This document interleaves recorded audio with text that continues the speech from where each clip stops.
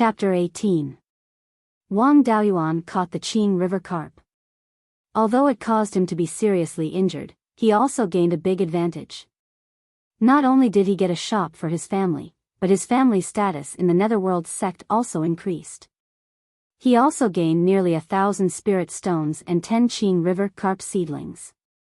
Although he had a lot of spirit stones, he still had to be diligent and thrifty. He couldn't directly use spirit stones to improve his cultivation, so it was more cost-effective to buy soul-gathering pills. In addition to soul-gathering pills, he also needed to buy some talisman paper and spirit ink. Wang Daoyuan was now able to make high-grade level 1 spirit talismans. He needed a lot of practice to officially become a high-grade level 1 spirit talisman master. Although the pill seal pavilion provided some spirit ink, there was a quota of spirit ink. The little spirit ink he saved was not enough at all. Wang Daoyuan's main goal in staying in the clear glass market was to collect some spirit herb seeds. Unfortunately, the clear glass market was a large market. The shops in the market basically belonged to various forces, so he couldn't buy any spirit herb seeds. After all, no force would be willing to sell valuable spirit herb seeds.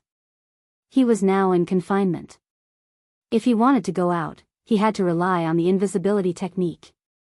After a few days of hard work, Wang Daoyuan finally mastered the invisibility technique. To be safe, he still tried it on his third brother from afar. Wang Daochang was still fishing by the water. Using the invisibility technique, he walked over and took 2 fish. He put them in the space and then hid in the distance to see the third brother's reaction. Until the third brother caught another fish and was about to put it in the basket, he realized that there were fewer fish. Seeing that the effect was good, Wang Daoyuan changed into a black robe and a bamboo hat with a long black veil. He hung a closed door sign outside the cave, used the invisibility technique, and slipped out of the shop. He walked to a remote alley and revealed himself. Then he returned to his own shop and went to the pill seal pavilion as a customer. Wang Daoyuan swaggered into the pill seal pavilion. Wang Daochang immediately greeted him warmly. "Daoyu, are you buying pills, spirit talismans, or selling things? Our shop has tier 1 and tier 2 pills, talismans, and everything else you need. We're also buying materials for pills and talismans in bulk." Wang Daoyuan directly took out the discount iron plate he had obtained last time and said, "Take 50 soul-gathering pills, 500 pieces of first-tier upper-grade talisman paper, and 20 kilograms of spiritual ink." When Wang Daocheng saw the iron plate, he knew that it was a regular customer. His smile became even brighter. So it's a regular customer. These things cost 550 spirit stones in total. After a 10% discount, it's 495 spirit stones. I'll make the decision and give Senior 490 spirit stones. Wang Daoyuan didn't say much. He paid the money and left. Thinking back to the last time he was ambushed by an assassin, he was seriously injured and couldn't even use his spirit energy. Even if he had the jade pendant to protect himself, he might not be able to activate it in time. It was better to buy a spirit armor to protect himself. Even if he didn't have time to react, the spirit armor itself could block some attacks. In a head-on confrontation, there were plenty of cultivators of the same level who could defeat him. Although he could use spirit talismans to smash people, the speed of using spirit talismans wasn't fast enough. If the enemy was on guard, it would be difficult to succeed in one strike. Every time he defeated his opponent, he would have to throw dozens of spirit talismans. That was throwing spirit stones. After leaving the pill talisman pavilion, he strolled around the old square for a while and saw a few shops that sold magic tools. Finally, he came to the Divine Weapon Pavilion. Walking into the Divine Weapon Pavilion, the one who came to receive him was still Zhao Yang. Looking at his honest face, Wang Daoyuan didn't think that he was an honest person. The last time he bought the Profound Yang sword, he was tricked by this kid. Although he didn't suffer a loss, the feeling of being tricked was still unpleasant. After Wang Daoyuan explained his requirements, Zhao Yang's face was full of smiles. His eyes emitted a strange light as he looked at Wang Daoyuan as if he was looking at a fat sheep. Ignoring Zhao Liang's gaze, Wang Daoyuan began to choose a magic tool. Every time he picked up a magic tool and carefully observed it, Zhao Liang would introduce the functions and advantages of the magic tool. Wang Daoyuan took a fancy to a soft armor and a pair of spirit boots. They were both high-grade Tier 1 magic tools. The soft armor was called silk armor and was made of spirit silk. It could weaken an attack at the peak of Qi refinement by 3 levels. The lower the enemy's strength, the stronger the weakening effect. The spirit boots were called wind-treading boots. Among the materials used to refine them, there were 2 feathers of the Gale Eagle, which could increase one's speed by 20%. Wang Daoyuan only knew one water escape technique, which was useless on shore. With the spirit boots, the probability of escaping if he couldn't win was greatly increased. Zhao Liang saw that Wang Daoyuan didn't have any intention of continuing to choose after choosing 2 magic tools, so he recommended a high-grade Tier 1 sword. Wang Daoyuan glanced at the sword and saw that the refining method was the same as the Profound Yang sword. He knew that Zhao Liang had refined it himself and was promoting it here. It seemed that he could already refine high-grade Tier 1 magic tools. The price of a defensive magic tool was much higher than other magic tools. The soft armor alone cost 120 spirit stones, and the wind-treading boots cost 80 spirit stones. After paying the spirit stones, he rejected Zhao Liang's promotion and walked out of the Divine Weapon Pavilion. He had already bought what he wanted to buy. Next, he had to satisfy his appetite. He had transmigrated to this world for more than 10 years, but he had never eaten at a restaurant. Today, he finally had the chance, so he couldn't let it go. Following the principle of keeping the goodies within the family, he naturally ate and drank at his family's restaurant. After the Wang family took over the shop, they opened a restaurant called the Drunken Immortal Restaurant. After more than a month of preparation, they opened 2 days ago. The specialty of the Drunken Immortal Restaurant was spirit wine. With the dedicated research of the drunkard Wang Daoyan, the Wang family's spirit wine was still very good. However, the dishes were more sloppy and ordinary. The Wang family didn't have a legacy of spirit chefs. The chefs of the Drunken Immortal Restaurant were hired from outside, and their skills were only a so-so. Previously, the family was in a difficult situation. Most of the spirit fields were used to grow spirit herbs for refining pills, as well as materials for talisman paper such as yellow cloud grass. A small portion was used to grow spirit grains to nurture the young family members. Because of the geographical location, the Wang family used boats to transport goods and didn't raise any spirit beasts. Now, the ingredients of the Drunken Immortal Restaurant were all supported by fish and self-produced spirit grains. Luckily, there were many people fishing now. The Drunken Immortal Restaurant could buy from fishermen and obtain enough fish. Land beasts were more scarce. After all, Clear Glass City was located in the central area of Clear Glass County. The surrounding beasts were more or less cleaned up a few hundred years ago. The nearest gathering place of beasts was at the upper reaches of the Clear Stream 2,000 to 3,000 miles away. Although the family had already expanded the planting area of spirit grains and raised some spirit beasts with fast reproduction speed, distant water couldn't quench the immediate thirst. Wang Daoyuan walked into the Drunken Immortal Restaurant, wearing a black robe and a veil and bamboo hat. The business of the Drunken Immortal Restaurant wasn't too good. In the cultivation world, there was no such thing as opening discounts. It was all about small streams flowing long. Shops that had good business either had standards that exceeded their peers, such as the Divine Weapon Pavilion, or were old shops that had accumulated a large amount of connections and reputation, such as the Wang family's Jade Spring Provisions store. It was normal that business wasn't good since it had just opened and didn't have any reputation. What's more, the Drunken Immortal Restaurant didn't have enough ingredients now. If business was too good, they wouldn't be able to cope. The shopkeepers and waiters in the restaurant were all from the same family. Moreover, most of them were older than him. His peers were also older than him. Lifting the veil on his bamboo hat, everyone recognized him and had the qualifications to beat him up and bring him back to the backyard for confinement. Therefore, it was safer to eat in a single room. Entering the single room, he picked up the menu and ordered. Most of the ingredients on the menu were either spirit grains or fish. There was very little spirit beast meat. He wasn't interested in spirit grains. He ate them all day long, so there wasn't anything new.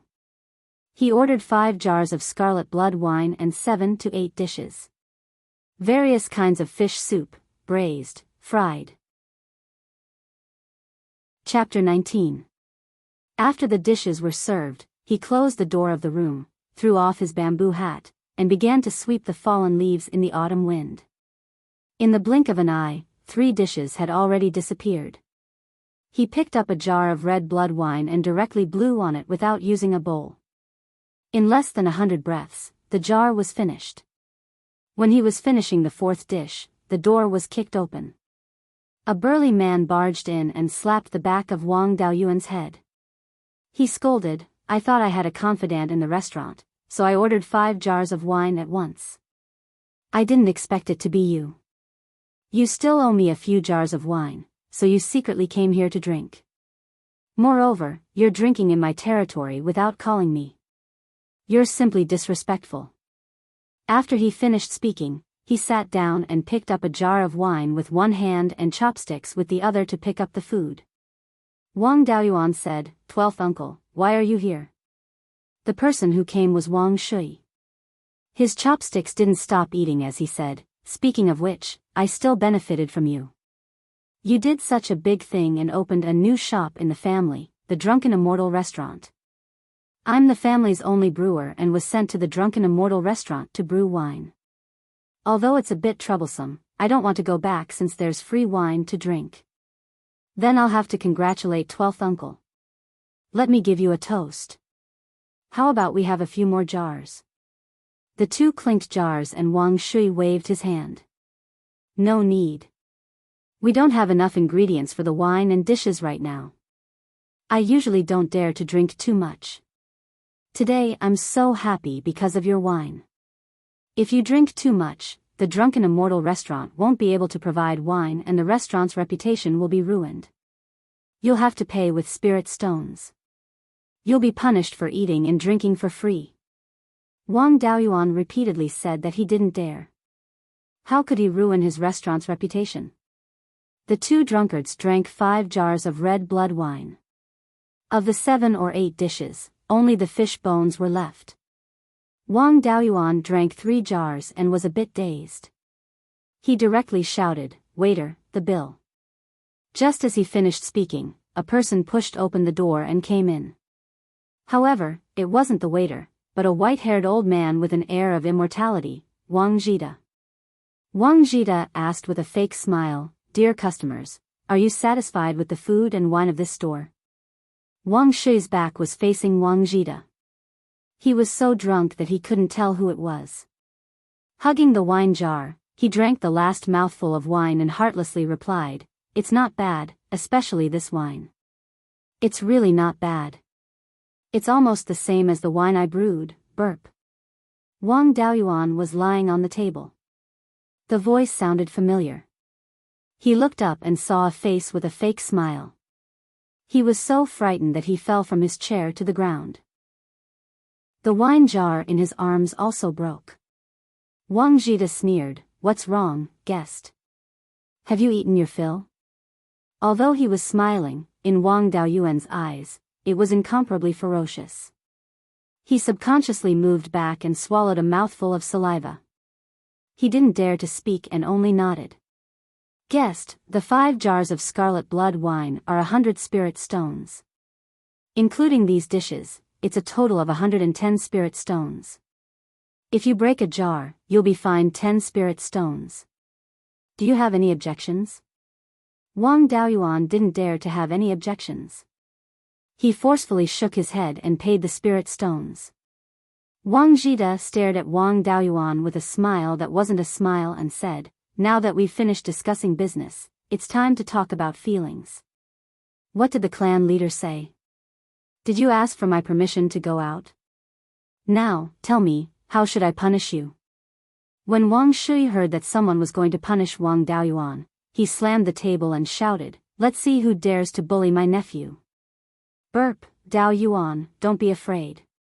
With me here, let's see who dares to touch you." Wang Jida lifted Wang Shui up from the chair with one hand and turned his head around with the other. I was wondering who it was. Speaking so boldly, "Do you want to spar with me?" Wang Shui, a burly man, was lifted up by Wang Jida with one hand. There was an indescribable feeling of joy. When Wang Shui saw that it was Wang Jida, he immediately became terrified. He flatteringly helped Wang Jida to a chair and said, "Ninth uncle, please sit. How would I dare to fight with you? It's just that I drank too much and didn't recognize you." He turned to Wang Daoyuan and sternly criticized, "You little brat, you're too outrageous. The clan leader put you in confinement for your own good. How could you secretly go out without ninth uncle's knowledge?" Wang Jida glanced at him and then reprimanded Wang Daoyuan. "The drunken immortal restaurant has just opened and is lacking in all kinds of goods. You came here to eat and drink. Are you trying to ruin our family's reputation?" Wang Shui continued from the side, "That's right. Daoyuan is seriously too outrageous. He must be severely punished. Now that we don't have enough ingredients, in my opinion, we should punish him by providing some spiritual fish. In any case, Daoyuan's fishing skills are quite high. There are so many people fishing on the banks of the market square right now, but no one has caught more than him." Wang Daoyuan cursed in his heart, "This 12th uncle is too disloyal. Just now, he was filled with righteous indignation and wanted to stand up for me. But when he saw ninth uncle, he softened and even tricked me. However, this can also be considered as helping me. Catching some spiritual fish is not difficult for me and can even reduce the punishment." Thinking of this, Wang Daoyuan quickly said, "Thank you 12th uncle for reminding me. I am willing to accept my punishment and hand over 100 pseudo-spiritual fish to share the family's worries and difficulties." Wang Jida was a little moved, but his face was still unmoved. He said, "Hand over 500 fish, each no less than 1 jin, and I will treat it as if this matter has never happened." Wang Daoyuan naturally agreed. There was not much to do in confinement. Fishing was just a pastime. As long as he was not punished with confinement, he would be lucky. With his skills, it was not difficult for him to catch 10 fish a day. He could complete the task in less than 2 months. If it was not possible, he could use the fish in the spiritual bead space to make up the number. He was really afraid of Wang Jida. He learned to make talismans from Wang Jida. Wang Jida was his master and was very strict with him. According to the family's seniority, Wang Jida was his granduncle. He was both a parent and a teacher. Who would not be afraid of him? However, looking at the 12th uncle's performance, he was also afraid of 9th uncle. It was estimated that he had been taught a lesson when he was young. Otherwise, as the family's elders, even if the younger generation was respectful to the elder, it would not be like a mouse seeing a cat. With the 12th uncle's temperament, he was definitely more lively than him when he was young. It should be common for him to be taught a lesson. At this time, Wang Shui was massaging Wang Jida's back. He was relieved. The mastermind was fine. As an accomplice, he should also be fine, right? At this time, Wang Jida said, "Shui, why are you drinking with Daoyuan? If I remember correctly, you should be brewing wine in the backyard, right? When you saw Daoyuan run out without permission, not only did you not persuade him, but you also drank wine. I want to punish Daoyuan, and you are still supporting him. You are quite capable." Wang Shui hurriedly said, "Ninth uncle, listen to me quibble." "No, listen to my explanation." Wang Jida waved his hand and said, "Don't quibble. You brat, you've always been good at finding excuses when you've been punished since you were young. Every time you've come up with an excuse, it's always a novel one that sounds especially reasonable. You fooled me several times. I can't be long-winded when dealing with you. You are not allowed to drink for a month. In addition, I will give you another task. Watch Daoyuan. If he runs out, you can forget about drinking wine before his confinement expires. Wang Shui's face was sad. He was distressed about his right to drink for free for a month. He secretly made up his mind that he must squeeze the loss from his nephew. From then on, Wang Daoyuan no longer had the chance to run away. In order to protect his right to drink, Wang Shui kept a close eye on him. A small trick like the invisibility technique was no different from a joke under Wang Shui's powerful divine sense. Chapter 20. In the blink of an eye, 4 years had passed and Wang Daoyuan was no longer able to sneak out successfully. After all, Wang Shui, who was watching him, was the ancestor of sneaking out. All the methods that he could think of were left behind by Wang Shui. His many attempts to sneak out were all instantly seen through by Wang Shui. He was locked up and could not sneak out to sell spirit grains and spirit herbs. He could only ask the 12th uncle to help him buy cultivation resources, and he had to pay a jar of wine every time. Wang Shui even called it compensation for mental damage, compensation for loss of freedom, compensation for loss of youth, and so on. In order to earn spirit stones in exchange for cultivation resources, he could only admit that he could refine superior grade 1 spirit talismans. After all, superior grade 1 spirit talismans had an average price of 5 spirit stones. Spirit talismans that exceeded the allotment set by the family were sold for 4 spirit stones each. With sufficient resources, Wang Daoyuan's cultivation reached the peak of Qi refinement stage 6. Qi refinement stage 7 was considered late-stage Qi refinement stage. Once he broke through to Qi refinement stage 7, his confinement was lifted. However, late-stage Qi refinement stage was the second bottleneck of the Qi refinement stage, and the difficulty of breaking through was far greater than Qi refinement stage 4.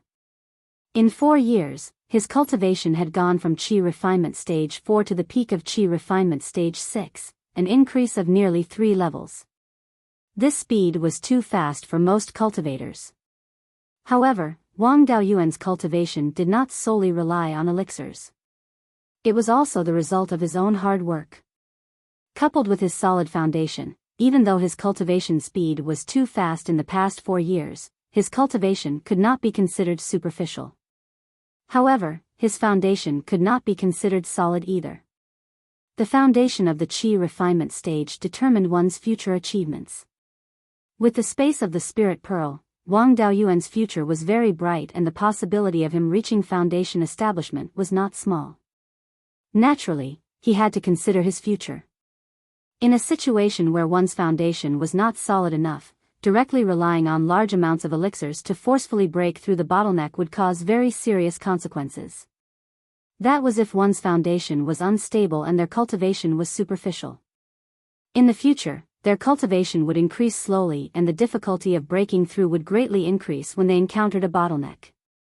Furthermore, it was very troublesome to resolve such a situation. There were only 2 ways. One was to consume spirit herbs that could resolve the problem of an unstable foundation. Of course, such spirit herbs were expensive and rare. The other was to slow down one's cultivation speed and not be in a hurry to break through. Slowly, to completely resolve the problem of an unstable foundation. However, the amount of time needed to accumulate was something that ordinary cultivators could not accept. Although there were all kinds of supplementary secret techniques that could solve the problem of an unstable foundation, compared to cultivating honestly and accumulating enough experience before making a breakthrough, the amount of time, energy, and resources required was much greater. For the sake of his future, it was better to accumulate enough before breaking through.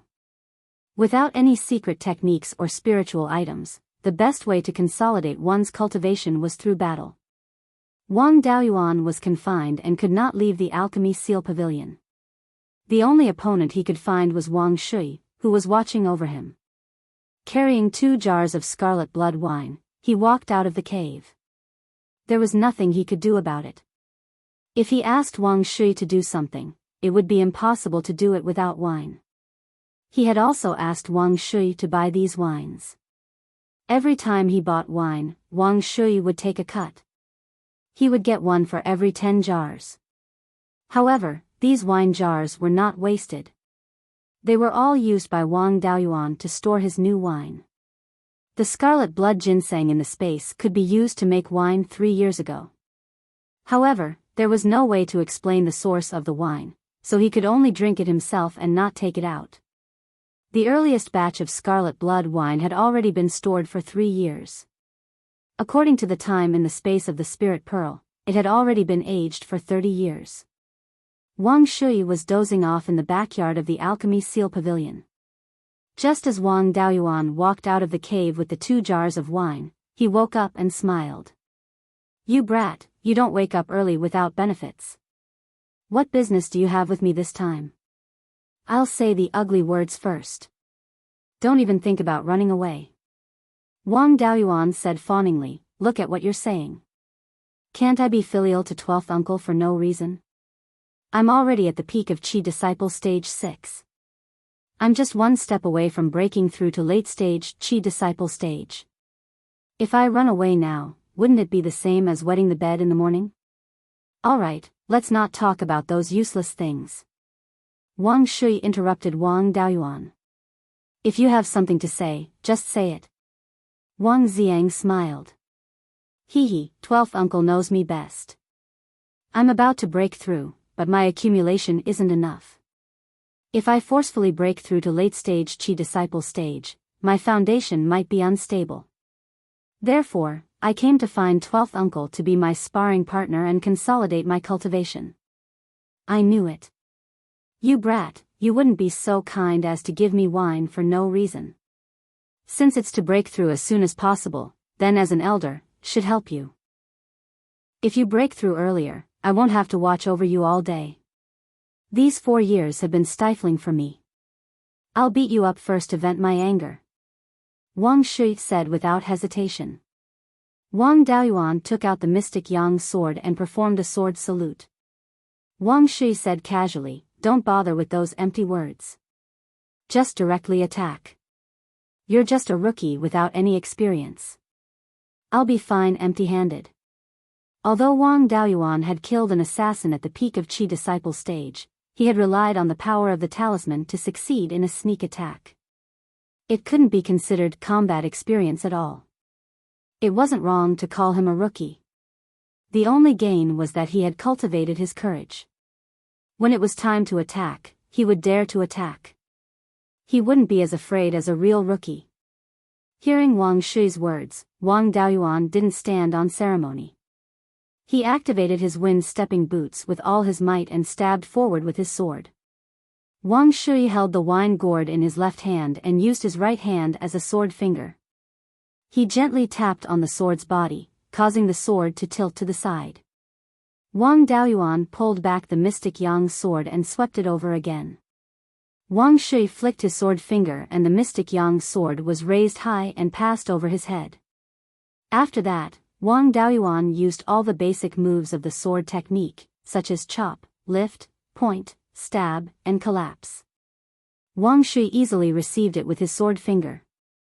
Other than his right arm, his body didn't move at all. Wang Daoyuan had learned quite a bit of martial arts from the old Daoist in his previous life. However, the society in his previous life didn't have the conditions to fight. The martial arts he learned in his previous life were basically built behind closed doors. He would often spar with the old Daoist. At most, he would act bravely for justice and beat up hooligans. He had never fought with an expert before, so he didn't have any actual combat experience. After fighting for more than 2 hours, Wang Daoyuan's spirit energy was exhausted.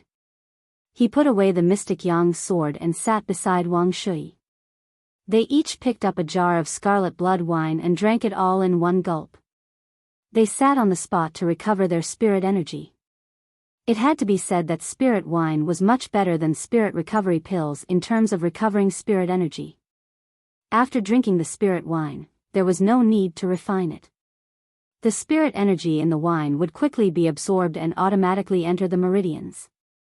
As long as it was transformed by the spirit root, it could be completely used for oneself.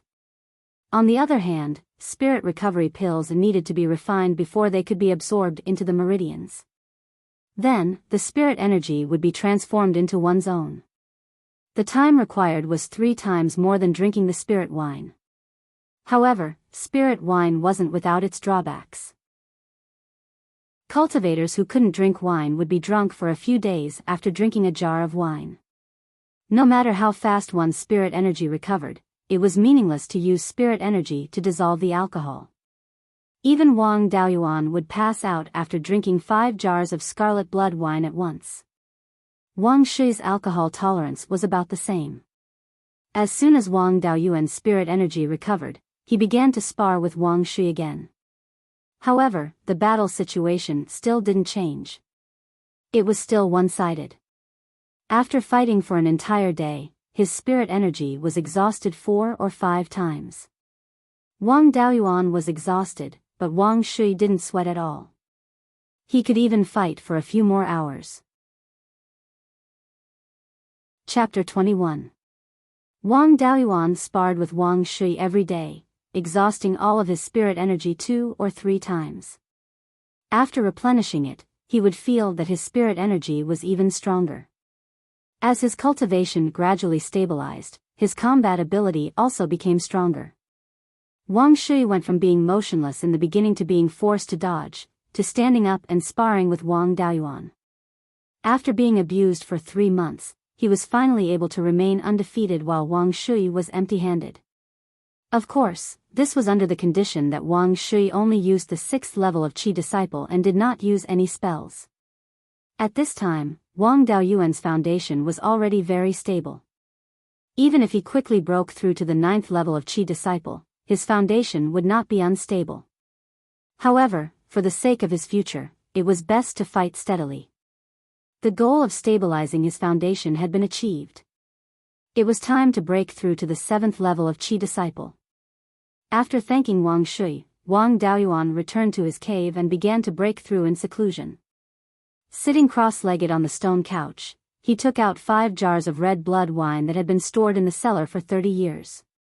He thought to himself, my foundation is stable, my spirit energy is abundant, and with these spirit wines, my breakthrough should be stable. He drank a jar of red blood wine first. Without refining it, the spirit energy quickly entered his meridians. Wang Daoyuan operated his cultivation method and guided the spirit energy into his dantian. His dantian was already full of spirit energy. If external spirit energy wanted to enter, he could only continuously compress the spirit energy in his dantian and make it thicker. After spending an hour, he finally guided all of the spirit energy from the jar of red blood wine into his dantian. The spirit energy in his dantian had already reached its limit and could not be increased by a single bit. At this time, he finally felt that he was about to break through. He hurriedly operated his cultivation method and guided the spirit energy to flow through his meridians.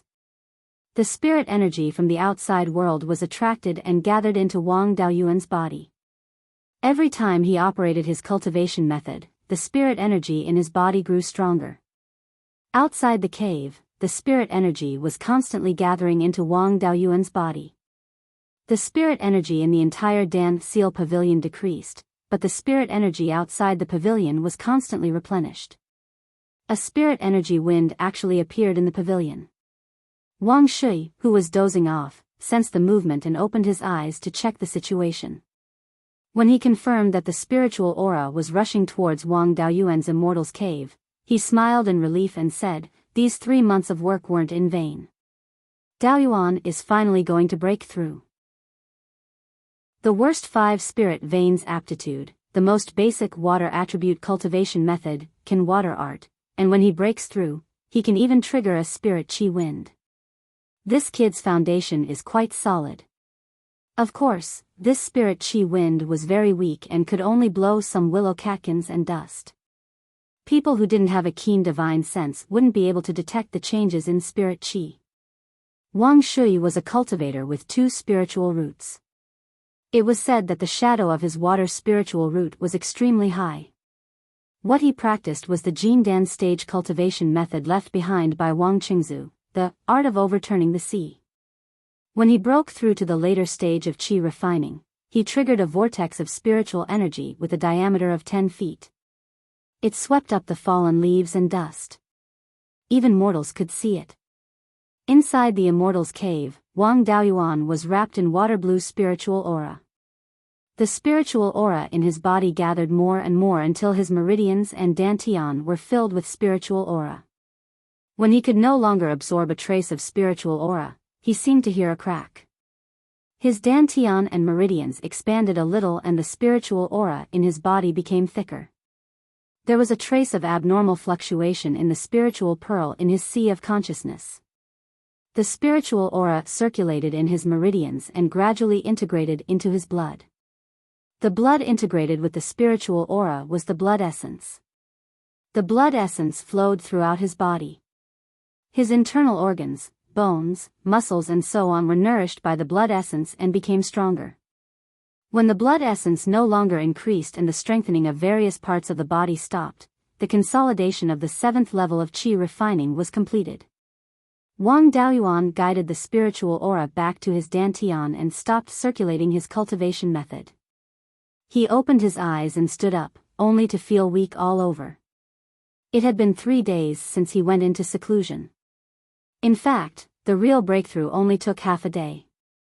The rest of the time was used to consolidate the realm.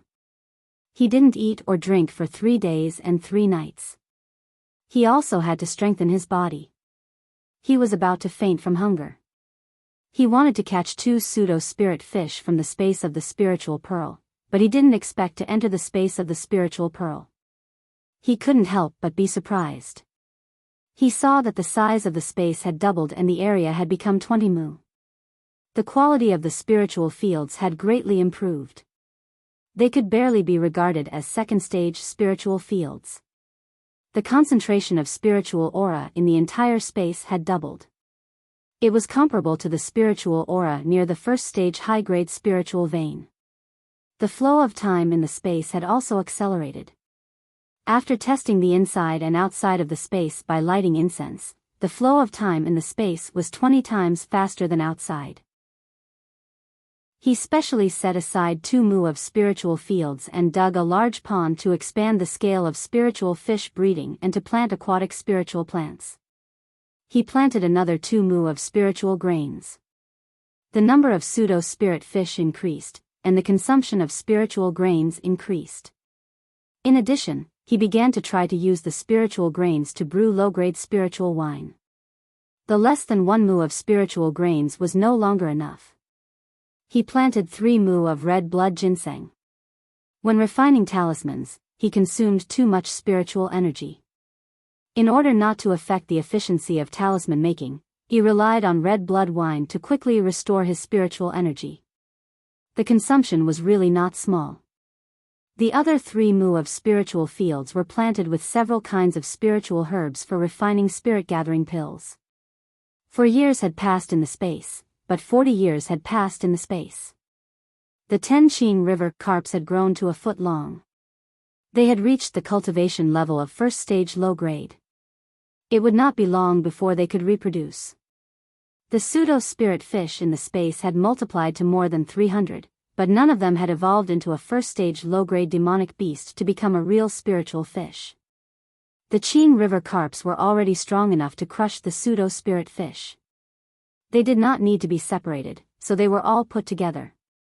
The Qing River carps would also prey on these pseudo-spirit fish.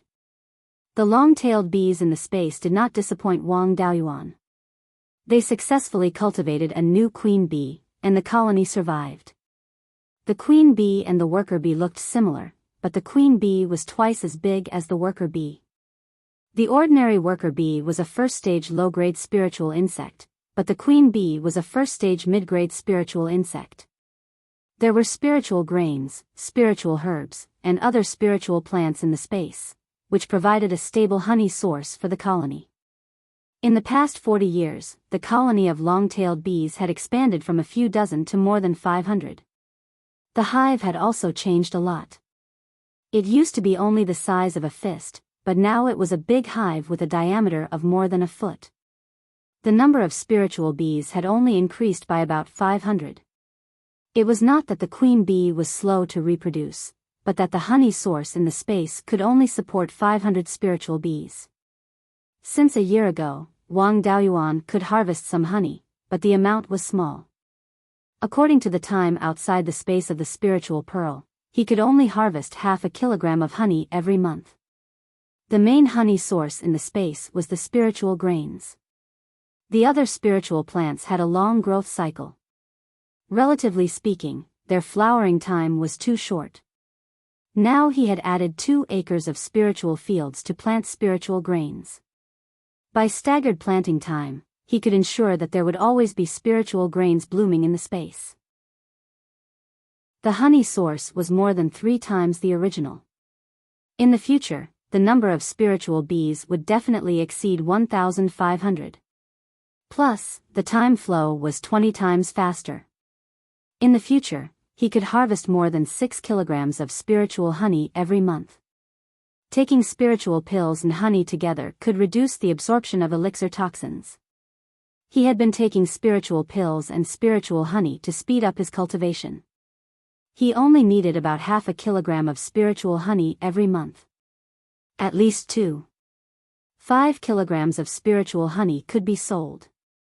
Moreover, with the expansion of the colony, more royal jelly could be produced, which was much better than spiritual honey. Unfortunately, the royal jelly produced before was only enough for the queen bee. There was no surplus at all. Just from breaking through from the middle stage to the late stage of qi refining, the space of the spiritual pearl had such a big change.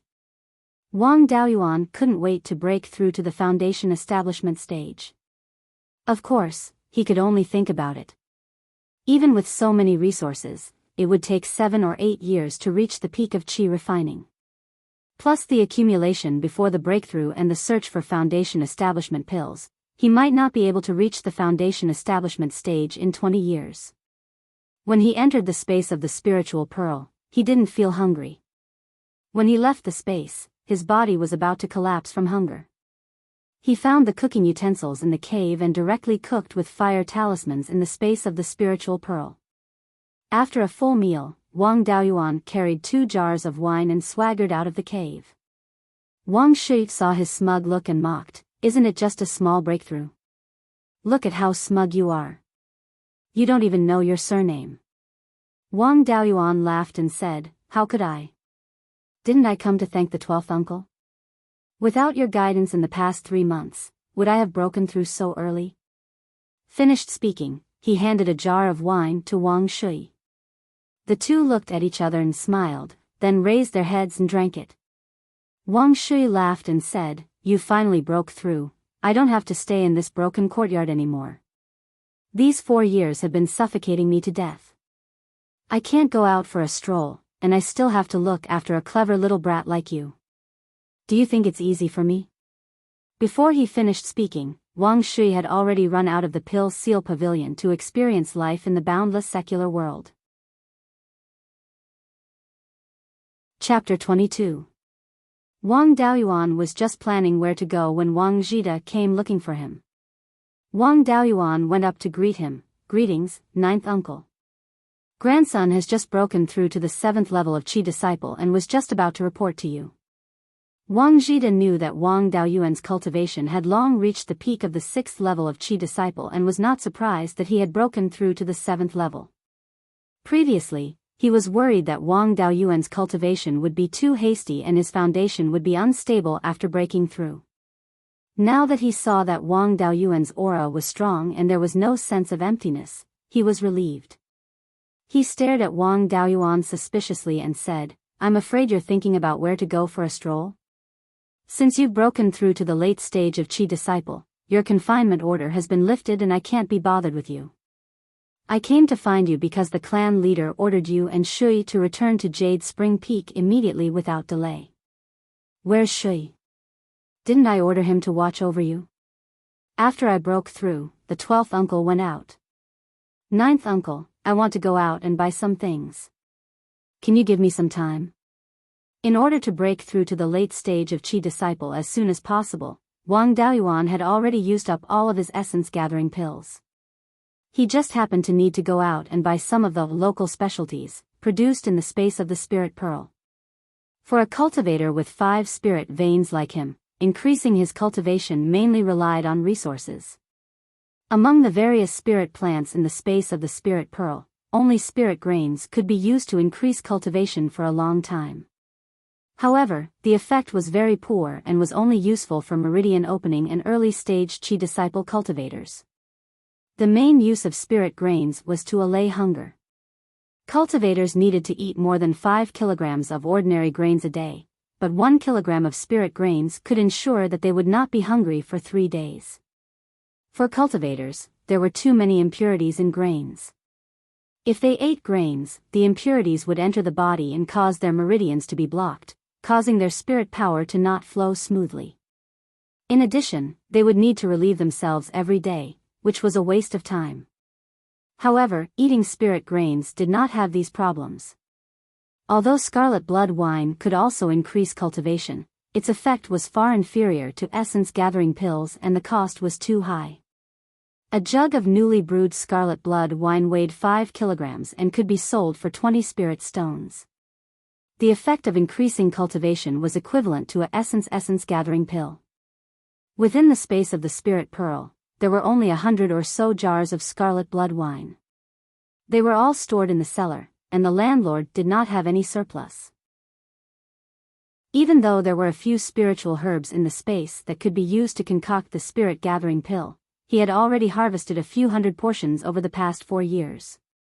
However, eating it directly would be a waste. Wang Daoyuan had also accumulated 6 kilograms of honey, but he was not so extravagant as to use spiritual honey to enhance his cultivation. In the immortal cultivation world, spiritual honey was an important resource. Adding spiritual honey during alchemy could improve the quality of the elixir and greatly reduce the amount of elixir toxins left behind. Consuming elixir and spiritual honey together could reduce the absorption of elixir toxins. High-grade spiritual honey could even dissolve elixir toxins in the body. Adding spiritual honey to healing pills could increase their efficacy. Spiritual honey itself also had a little healing effect.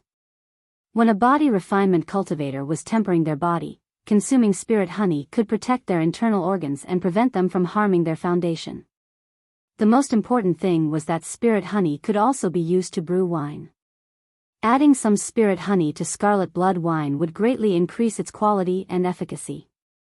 Unfortunately, he did not have the recipe to brew honey wine and could not directly brew spirit honey wine. Although Wang Daoyuan's spirit honey was only brewed from low-grade first-rank spirit bees, it did not lack the effects of spirit honey. It was just that it was much weaker than high-grade spirit honey, but it was better than nothing. However, eating it often still had a certain effect. Even the low-grade first-rank spirit honey had a market price of more than 100 spirit stones per kilogram, and it was still priceless. Using spirit honey to enhance one's cultivation, the effect of 1 kilogram of spirit honey was not as good as 5 essence-gathering pills, but the price was 10 times higher. In order to achieve the foundation establishment, he had to save up spirit stones as soon as possible to buy foundation establishment pills.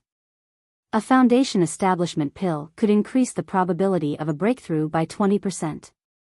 With Wang Daoyuan's 5 spiritual roots aptitude, he needed 5 pills to guarantee a 100% chance of a breakthrough. The price of a foundation establishment pill was more than 50,000 spirit stones, and it could only be found by chance. 5 pills would be at least 250,000 spirit stones. Even with the space in the spiritual pearl, it would take him more than 20 years to save up so many spirit stones after deducting his daily cultivation expenses. Wang Daoyuan was not a loose cultivator, he had his own clan. With sufficient resources, he still had to support his clan. Only when his clan was strong would he have more room for development. Although he was a true local rich man, he did not dare to squander too much. It would be better to sell the little bit of honey he had on hand for spirit stones. Selling it to the Pill Seal Pavilion could also take care of his clan's business. Wang Jida nodded and said, "All right, I'll give you 6 hours. After 6 hours, you must return to the Jade Spring Peak." Wang Daoyuan walked out of the Pill Seal Pavilion and found a secluded place. He changed into a black robe, a veil, and a bamboo hat. After taking a detour, he returned to the Pill Seal Pavilion. When he walked into the Pill Seal Pavilion, the person welcoming him was still Wang Daocheng. Wang Daoqing was quite valued by 10th great-uncle. It seemed that 9th great-uncle had put in a lot of effort. Wang Daoqing had a smile on his face as he welcomed him. "Dao Yu, what do you want?" "Our shop." Wang Daoyuan took out the discount iron plate. "I'll give you 100 spirit gathering pills, 200 high-grade tier 1 talisman papers, and 50 kilograms of spirit ink." He had already harvested a few stalks of the 10-year-old yellow cloud grass in the spirit pearl space. He did not lack talisman papers at all, but he still had not found spirit ink. His main goal was the spirit ink. The talisman papers were just a cover. These 4 years, he did not rest. He made talisman papers and refined spirit talismans. He already had 600 to 700 high-grade tier 1 talismans in his hands. Wang Daoyuan said in a low voice, "I still have some things to sell. It's just that it's not suitable to take them out in public." Wang Daoqing was a shrewd person. When he heard this, he immediately understood that this was a big business. He led Wang Daoyuan to a room on the 2nd floor. Entering the room, he saw Wang Zhihe sitting in the room. Wang Daoqing turned and left the room, closing the door behind him. Once Wang Daoqing left, Wang Zhihe opened his mouth. "I wonder what Dao Yu wants to sell. There are only the two of us here. Can you take it out and let me have a look?" Wang Daoyuan took out a wine jar and pretended to be old. "The things I want to sell are all here. Shopkeeper, you'll know at a glance." Wang Zhihe opened the wine jar. A sweet fragrance wafted out. He took a strong sniff and glanced into the jar. Then, he closed the jar. He said without showing any emotion, "This is tier 1 low-grade spiritual honey. The source of the honey is the spiritual grain flour. It weighs 6 caddies. The quality of the spiritual honey is very good. There are no impurities. This jar of spiritual honey costs 600 spirit stones. What do you think, Dao Yu?" Wang Daoyuan admired him in his heart. With just a sniff and a glance, he could tell the quality of the spiritual honey and the source of the spiritual honey. As expected, not just anyone could be a shopkeeper. With this kind of experience, one could not even think about it without decades of accumulation. Wang Daoyuan pretended to be angry. Dao Yu really knows how to do business. 600 spirit stones for 6 caddies of spiritual honey of such quality. Where can you find such a business? I'll take 700 spirit stones. No bargaining. It was not that Wang Daoyuan was stingy and did not want to let his family take advantage of him. It was just that the price was too low and would arouse suspicion. The actual value of 6 caddies of spiritual honey was more than 700 spirit stones. It was normal to sell it for 1,000 spirit stones to someone who needed it urgently. Hearing Wang Daoyuan's words, Wang Zhihe was not angry. Instead, he laughed. He was waiting for the other party to make an offer. 700 spirit stones for 6 caddies of spiritual honey of good quality was a big profit. The Wang family had alchemists and winemakers. Using 6 caddies of spiritual honey for alchemy and winemaking would definitely bring in more than 1,000 spirit stones. Dao Yu is indeed a straightforward person. Then, I can't be too unhappy. 700 spirit stones. Then, he took out 7 mid-grade spirit stones and handed them to Wang Daoyuan. Wang Daoyuan thought, he even took out mid-grade spirit stones. He wants to be on good terms with me. 1 mid-grade spirit stone was worth 100 low-grade spirit stones. However, on the market, it was usually 110 low-grade spirit stones to exchange for 1 mid-grade spirit stone. Even then, there were not necessarily people who were willing to make the exchange. Needless to say, in the black market, 1 mid-grade spirit stone could be exchanged for 150 to 60 low-grade spirit stones. Mid-grade spirit stones contained much purer spiritual qi. Whether it was used to restore spiritual power or improve cultivation, the effect would be more than 100 low-grade spirit stones. After bidding farewell to Wang Zhihe, he went to the first floor to get the soul-gathering pill, talisman paper, and spirit ink. After paying the spirit stones, he turned and left the Dan Seal Pavilion. Chapter 23. Wang Daoyuan strolled around the old shop for a while, but there was nothing he wanted to buy. When he returned to the Alchemy Seal Pavilion, Wang Shui had already returned. The two of them arrived at the dock behind the Jade Spring General Store, where the spirit ship was already waiting for them. The spirit ship was still the same kind of spirit ship used to transport goods when they left the mountain. The only difference was that this time, the ship was going against the current and required spirit stones or a cultivator's spiritual force to drive it. The spirit ship wasn't loaded with any large cargo and was almost empty. With the help of several family disciples, the speed was even faster than when they left the mountain. In less than a day, the Jade Spring Peak was already in sight. Standing on the boat and gazing into the distance, one could only see the Jade Spring Peak shrouded in clouds and mist, and the Jade Dragon stream meandered through the mountains, as if a jade dragon was faintly discernible within the clouds. At the top of the mountain, the pavilions and terraces seemed to be there but not there. It really did have the atmosphere of a celestial mountain. The spirit ship cut through the waves on the river, moving as if it was flying. Not long after, it arrived at the foot of Jade Spring Peak. The clan leader ordered the two of them to return immediately without delay. There must be something urgent. The two of them naturally didn't dare to delay. They didn't even return to their respective cave residences and went straight to the assembly hall. The core buildings of the clan were all near the Jade Dragon Spring. The ancestral temple was on a large rock to the north of the Jade Dragon Spring. The meeting hall was on the east side of the Jade Dragon Spring. The administrative hall was on the southeast side of the Jade Dragon Spring. The discussion hall was the place where the patriarch and the elders of the clan discussed matters. All matters of the clan, big or small, were discussed here. The south bank of the Jade Dragon Spring was relatively low, and the spring water flowed into the Jade Dragon stream from here. The Jade Dragon Spring was a spirit spring, and also the spirit eye of the Jade Spring Peak's spirit vein. The so-called spirit eye was the place where the spirit chi was the densest in a spirit vein. The spring water was filled with spiritual energy and was extremely effective when used to water the spiritual fields. The spiritual fields on Jade Spring Peak were all distributed on both sides of the Jade Dragon stream.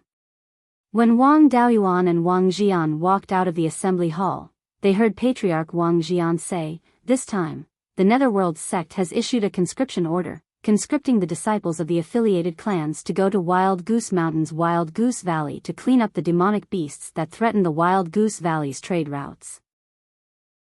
Our Wang clan will send out 1 foundation establishment cultivator and 10 chi refinement cultivators." There were only a few rank 2 demonic beasts that could threaten the trade route. The rest were all rank 1 demonic beasts. The cleanup mission isn't that dangerous, so what I'm thinking is to send out a few disciples with good aptitudes. Just treat it as training. I will personally lead the team. My 12th brother, Ji Ming, is an expert in alchemy and healing. If he goes with us, the injured family members can be treated as soon as possible. In addition, Shi's cultivation had already reached the peak of chi refinement. Cultivating in seclusion wouldn't be of much use. Instead, he should gain more experience and follow along. Dao Xing's cultivation had also reached the 8th level of chi refinement. It was time for him to go out and experience the killing. There's also Dao Yuan. Thanks to his cleverness, he managed to fool all the foundation establishment cultivators. Otherwise, our Wang clan would have suffered a great loss. This time, he should be able to gain a lot by bringing him along. Elders, do you have anything to add? Wang Daoxing was ranked 2nd among his peers. He had 2 spiritual roots, and his main spiritual root was a metal spiritual root. Among his peers, his spiritual root was second only to Wang Daochang. It was also very likely that he would reach the foundation establishment stage. None of the elders had any objections. The patriarch continued, "Since that's the case, then it's decided." Wang Daoyuan and Wang Shui entered the meeting hall. Wang Jian saw the two of them. "You heard it too. Get ready and set off as soon as possible." He then glanced at Wang Daoyuan and said, 20 years old and already at the 7th level of qi refinement. Your second and third brother are also at this speed. However, cultivation needs to be down to earth. You must know that more haste, less speed. If you blindly strive for speed and your foundation isn't stable, you'll be in big trouble.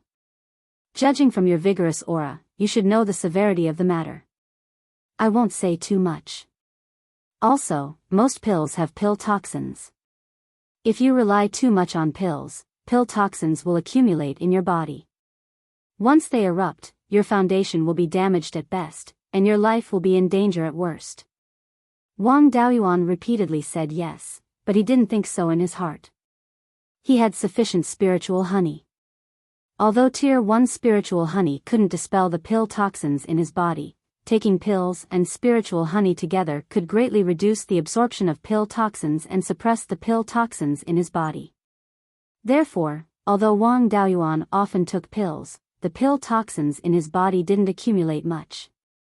With his body's condition, even if he took pills and spiritual honey together for several decades, there wouldn't be any hidden dangers of pill toxins erupting. A day later, Wang Shui took Wang Daoyuan and 10 other qi refinement cultivators and left Jade Spring Peak. They headed for Gold Goose City, which was more than 5,000 li to the west. Gold Goose City was at the southern end of Guiyan Valley. It was an immortal city. Most of the people living in the city were cultivators. A few mortals were also descendants of cultivators. Gold Goose City was originally a stronghold. Huiyan Mountain towered into the clouds, separating the north from the south. After thousands of years of fighting, the human race completely occupied the south of Huiyan Mountain. Under the repeated sweeps by the human race, the demon race in the east of Huiyan Mountain was no longer a threat. Most of the demon beasts fled to the west of Huiyan Mountain, which was tens of thousands of li away. That place was sparsely populated and was still the territory of the demon race. Therefore, Huiyan Mountain became the dividing line between the human race and the demon race. The south of the mountain was the territory of the human race, and the north of the mountain was inhabited by the human race and the demon race. Huiyan Mountain as a whole was high in the west and low in the east. The main mountain range had been hidden thousands of li away from Gold Goose City. In the area of Gold Goose City, there were few continuous mountains. Most of them were relatively isolated peaks. To the east, they were connected with the scattered peaks in the periphery of Tianzhan Mountain Range. Even so, for the human race, the mountain road in the east of Huiyan Mountain was rugged and difficult to travel. It was still an insurmountable moat. Of course, Huiyan Mountain was not without flaws. In the whole mountain range, there were several relatively flat mountain roads that could connect the north and south. Guiyan Valley was one of them. In order to prevent the demon race from using these mountain roads to sneak attack, the human race built fortresses at the southern end of each mountain road. Among the many fortresses, Gold Goose City was somewhat special. Guiyan Valley was the widest, flattest and shortest mountain road in Huiyan Mountain. Wild geese in the north of the mountain flew to the south. It was difficult to cross Huiyan Mountain. Only from Guiyan Valley to the north and south of the mountain, Guiyan Valley got its name. In recent hundreds of years, the battle between the human race and the demon race had decreased. The two races began to have business dealings. The Guiyan Valley, which was the best to go through, became the most important trade route. Every year, a large number of goods went from Guiyan Valley to the north and south. This trade route brought a lot of income to the ghost sect. However, since 2 years ago, the caravans were often attacked by the demon beasts. The cultivators of the ghost sect who escorted the caravans suffered heavy losses. The loss of goods also made the ghost sect feel painful. What was more serious was the Guiyan market at the northern end of Guiyan Valley, which was the trading place of the two races. The caravans were attacked again and again, which seriously affected the trade between the two races. Once the trade was interrupted, the two races could not get what they needed through trade. It was very likely that they would get the resources they needed through war. Therefore, the ghost sect spent a lot of effort to investigate the attack. The results of the investigation showed that the attack might be the spontaneous behavior of some remaining demon beasts in Huiyan Mountain. There were spirit veins and plants, so naturally, there would be demon beasts. The narrowest part of Huiyan Mountain was nearly 2,000 to 3,000 miles. The demon beasts hiding in it could not be killed. Demon beasts attacking the caravans happened from time to time on the various trade routes in Huiyan Mountain. It was not a rare thing. The investigation found that the demon beasts were entrenched in the forest hundreds of miles around Guiyan Valley. There were tens of thousands of demon beasts. Fortunately, there were no demon beasts above the third rank. Otherwise, it would be troublesome. Even so, it would take a lot of effort to eliminate the demon beasts. The most difficult thing was not to defeat the demon beasts, but to ensure that no demon beasts escaped the net. If they only defeated the demon beasts, they would scatter and flee. After a while, they would come back again and attack the caravans endlessly. In order to completely solve the problem, the ghost sect recruited 3,000 cultivators from the affiliated forces, 1,000 rogue cultivators, and 1,000 soldiers, a total of 5,000 cultivators. In addition, there were 3 elders of the Purple Mansion sect. Chapter 24. There were 11 people in the Wang clan, except for the clan leader, the 2 elders Wang Shui and Wang Jiming, and the 2 juniors Wang Daoyuan and Wang Daoxing. The other 6 people were all white-haired old men. These 6 people were all from the Ji generation, and they were all old cultivators who did not have a high cultivation base and had no skills. 2 of them were more than 110 years old, and the lifespan of a qi refining cultivator was only 120 years old. Cultivators fought with others all their lives, and it was inevitable that there would be hidden injuries that would affect their lifespan. Therefore, very few cultivators could live to the limit of their lifespan, and these 2 granduncles could pass away at any time. The other 4 were slightly younger, but they were also more than 100 years old. To put it bluntly, the 6 of them were cannon fodder. Whenever there was a conscription, most of the people sent by the clan were cannon fodder. The purpose of the sect conscripting cultivators from the affiliated forces was to be cannon fodder for the sect cultivators and reduce the casualties of the sect cultivators. The clans were not fools. For the continuation of the clan, it was impossible to send the clan members with good aptitude or skills to die. Therefore, the clan members who were older and had no skills were pulled out to make up the numbers.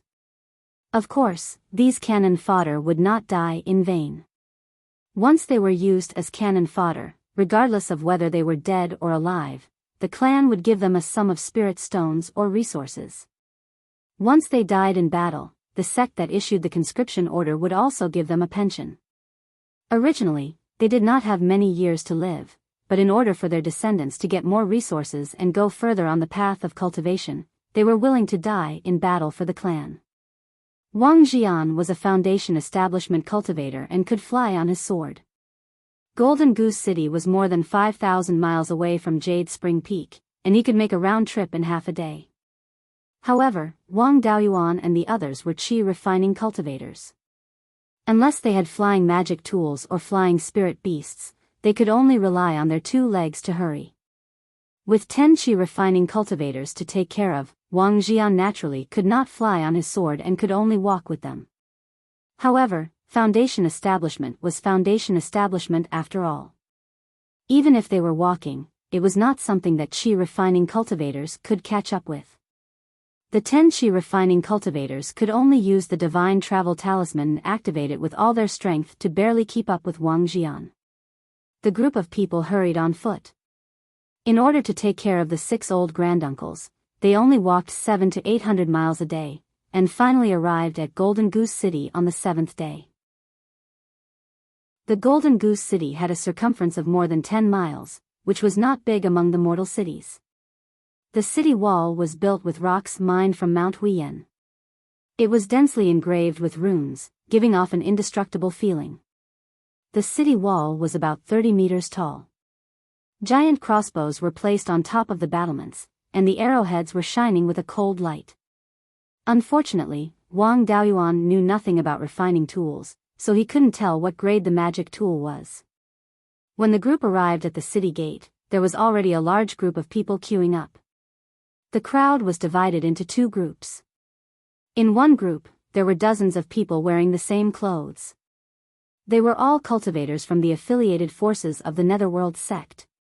The other group of people was dressed in a disorderly manner. They were either in groups of 3 to 5 or standing alone outside the crowd. It was a bit of a stretch to say that they were queuing. These people were all rogue cultivators recruited by the Netherworld sect. The group from the Wang family was dressed in white Daoist robes. Apart from the golden dragon fish embroidered on the cuffs, they looked plain and unadorned. There weren't many of them, so they didn't attract much attention as they lined up at the back of the group. It was quite troublesome for a group of rogue cultivators to enter the city. They also needed to register their name, cultivation level, and other information before they could enter the city. The group of clan cultivators entered the city relatively quickly. They just needed to show their conscription order and prove their identity to get a pass. Even so, a clan had at least 10 people and at most dozens of people. It was also very time-consuming to register them one by one. The group from the Wang family queued for more than 4 hours. Finally, there was only one clan left in front. At this time, a sharp eagle cry came from the sky.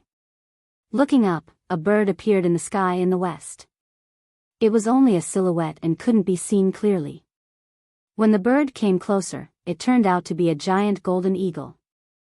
It emitted the pressure of a Zifu realm cultivator. The qi refining cultivators in the queue all turned pale and struggled to circulate their spiritual power to resist. There were more than 30 people sitting on the back of the golden eagle. Among them, there were 3 foundation establishment cultivators and the rest were late-stage qi refining cultivators. This strength was enough to forcibly break into the Wang family's Jade Spring Peak.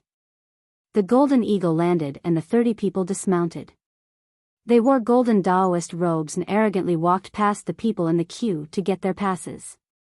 Apart from the 2 brothers Wang Daoyuan and Wang Daoxing, the rest of the Wang family were all experienced old foxes. Wang Daoyuan had also lived 2 lives, so he naturally wouldn't be angered.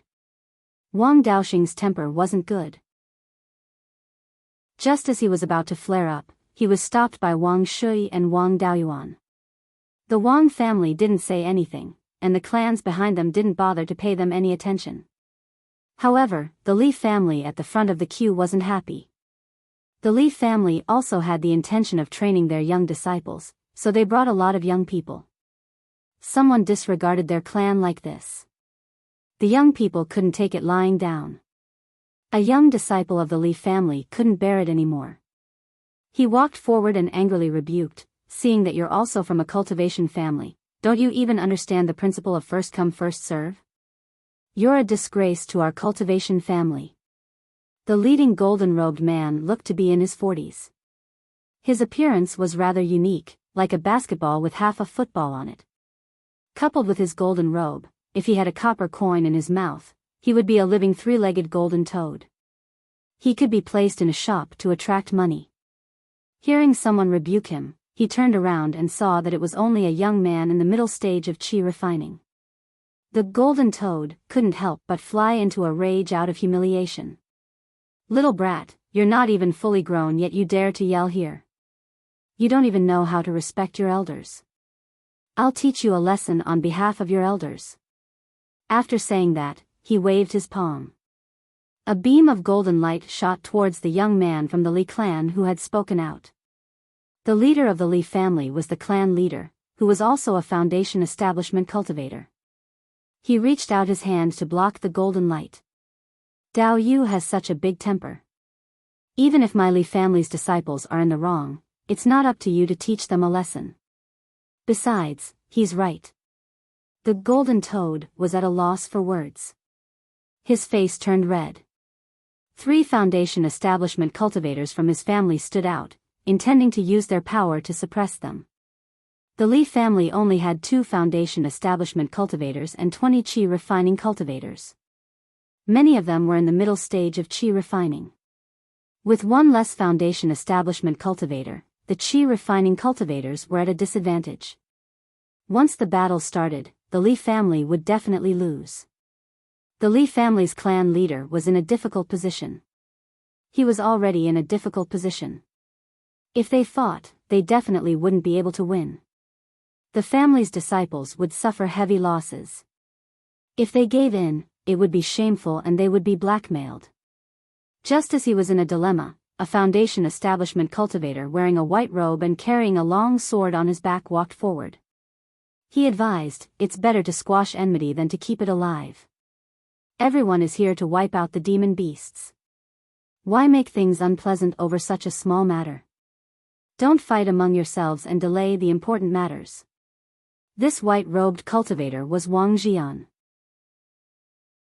Wang Jian and the Li family's clan leader Li Xinghe had been good friends for many years. Seeing his good friend in trouble, he naturally wanted to help. Now that the Wang family still had some face in the Netherworld sect, he should be able to help them out by persuading them. Who knew that this golden toad was a hothead? Not only did he not take advantage of the situation, he even went from bad to worse. He scolded Wang Shui, "You dare to interfere in this matter? Looks like the Wang family's wings have hardened. Don't think that the Netherworld sect will care about you just because you offered the clear river carp. How dare the remnants of the Zhao family be so impudent in front of me? My family's patriarch is an elder of the Netherworld sect. Your Wang family is just a dog raised by the Netherworld sect. How dare you bare your teeth in front of the patriarch? You must be tired of living." Before he finished speaking, the Wang family was furious and took out their magic tools. Wang Daoyuan also took out his profound yang sword and got into position. He was just waiting for the clan leader's order to kill them. Previously, the golden-robed family was arrogant and didn't target any family. But now, they were directly insulting the Wang family. If they were to tolerate this, the Wang family wouldn't be able to raise their heads in front of others anymore. When the words of Golden Toad came out, not only were the Wang family's disciples furious, most of the family's cultivators were unhappy. Chapter 25. The three sects had only been in charge of Zhao for 300 years. Their disciples didn't establish many families, and most of them hadn't developed yet. Most of the affiliated families of the Ghost sect were the remnants of the Zhao family. These families had participated in the war against the three sects, either voluntarily or forced. They still remembered the blood feud between them. To maintain stability, the three sects had to digest the results as soon as possible and increase their strength. The Ghost sect adopted a divide-and-conquer strategy against the remnants of the Zhao family. The families that had marriage alliances with the Zhao family or caused great casualties to the Ghost sect were all exterminated. The families that didn't have much to do with the Zhao family adopted a conciliatory policy. Of course, they were also punished. The disciples of the Ghost sect had established many families and seized many old families' territories and resources. The two sides didn't like each other. The Ghost sect was powerful, and it prohibited the affiliated families from fighting among themselves. Although the old and new families fought with each other secretly, they were still harmonious on the surface. Golden Toad's words put the secret struggle on the surface. On the surface, he was scolding the Wang family, but in fact, he was scolding all the old families. The Li family and the Wang family were both old families, and they were the representatives of the old families who were close to the Ghost sect. Li Xinghe's brother, Li Xinghai, was very talented. He had joined the Purple Mansion elder of the Ghost sect and was now in the middle stage of foundation establishment. With him, the Li family could be said to be a direct descendant of the Ghost sect. Although the Wang family didn't have any foundation establishment disciples in the Ghost sect, they were famous among the old families for being obedient. Wherever the Ghost sect pointed, the Wang family would fight. Not to mention the Qing River carp that caused a stir 4 years ago. The Wang family took the initiative to hand over the Qing River carp and got the job of raising the Qing River carp for the Ghost sect. This job wasn't given to anyone in the Wang family, but to the Wang family. If the person passed away, the job could be given to someone else. This job was given to the Wang family. As long as the Wang family didn't perish, this job would belong to the Wang family. There weren't many families that could have a job in the ghost sect. Most of the direct descendants didn't have this treatment. It could be said that the Wang family's status in the ghost sect was higher than the Li family. The Wang and Li families were typical examples of local families that integrated into the ghost sect.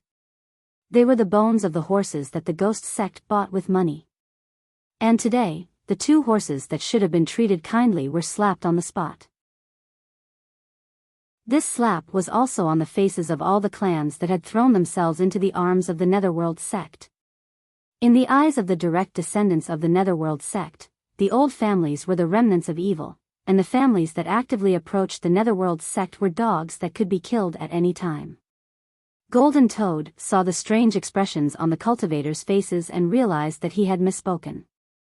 But he couldn't bring himself to take back his words. Now, Jin Chan was in a dilemma. If he couldn't take them down quickly and alerted the elder of the underworld sect in the city, he would have to bear the consequences. If he took a step back and took back his words, he would lose face, and even the Purple Mansion sect's elder would lose face. If he didn't advance or retreat, not only would he lose face, he would also have to bear the crime of creating internal strife. With no other choice, he made up his mind and prepared to be ruthless. Even if things got out of hand, he could put the blame on the Wang and Li families. Even if they had people in the sect, they wouldn't openly offend the Purple Mansion elder's family. It was very likely that they would turn a big matter into a small one, and a small matter into nothing. The other families and individual cultivators present would not offend the Purple Mansion elder for two small families. Most of them would just stand by and watch. Wang Daoyuan had been staring at Golden Toad all the time. Seeing his strange expression and fierce eyes, he knew that this old man wanted to take action. He immediately sent a message to the clan leader, be careful. This Golden Toad wants to attack you. Golden Toad waved his hand and a flying sword flew out from his sleeve and went straight to Wang Jian. Wang Jian was also a veteran. With Wang Daoyuan's reminder, the long sword on his back flew out and easily blocked the attack. Golden Toad was about to continue his attack when a strong pressure came from the sky. Not many cultivators of the Qi refining stage could stand. Only Wang Shui from the Wang family could still stand. Wang Daoyuan tried several times but couldn't stand up. He could only sit on the ground. Even the cultivators of the foundation establishment stage had to use their spiritual power to resist. It turned out that the guards at the city gate saw the conflict between the families in the line and immediately reported to the Purple Mansion elder in the city. The Gold Goose City elder was called Lu Jinhui. When he received the news that someone was causing trouble, he hurried over. Because flying was prohibited in the city and there were many people in this special period, his speed was affected. As soon as he stepped out of the city gate, he saw the golden-robed man attacking Wang Jian. He wanted to stop him, but it was too late. Wang Jian received the attack unscathed, and he heaved a sigh of relief. Golden Toad still didn't give up. He could only release his pressure to show off his power. Seeing that everyone was shocked, Lu Jinhui asked, Wang Jian, Li Xinghe, Jin Yugui, why are you three fighting here? Golden Toad was called Jin Yugui. He was the clan leader of the Jin family. One of the patriarchs of the Jin family was the Purple Mansion elder of the Netherworld sect. Jin Yugui wanted to complain first. However, Wang Jian was a smart person.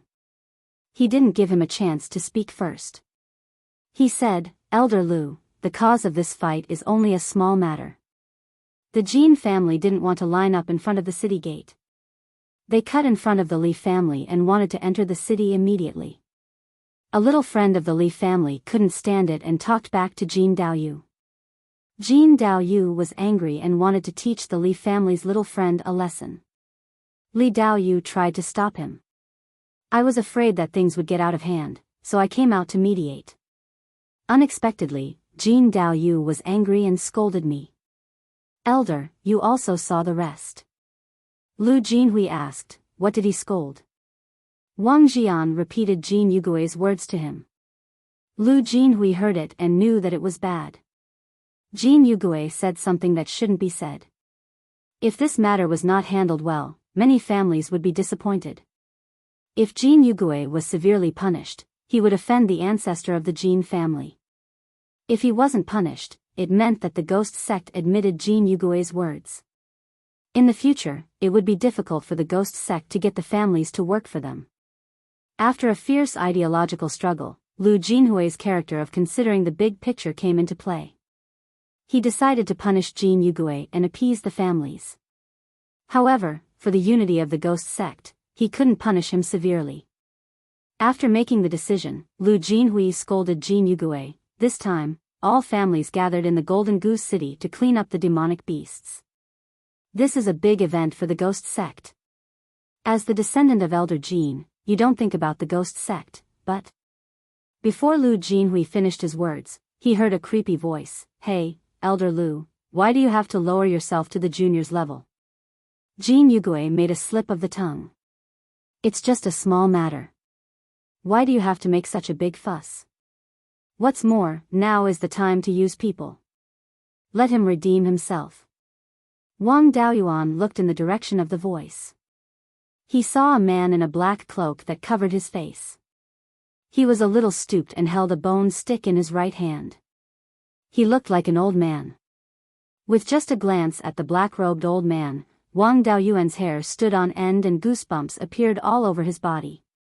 After that, the old man in the black robe transmitted a message to Lu Jinhui. Elder Lu, is it worth offending Elder Jin and causing a faction fight in the sect for a few small families? Lu Jinhui was devoted to the public. If it was just offending Elder Jin, he was not afraid. But when it came to faction fights, he had to think about it. Chapter 26. The underworld sect was divided into 3 factions, the native faction, the family faction, and the foreign faction. The native faction was born and raised in the sect.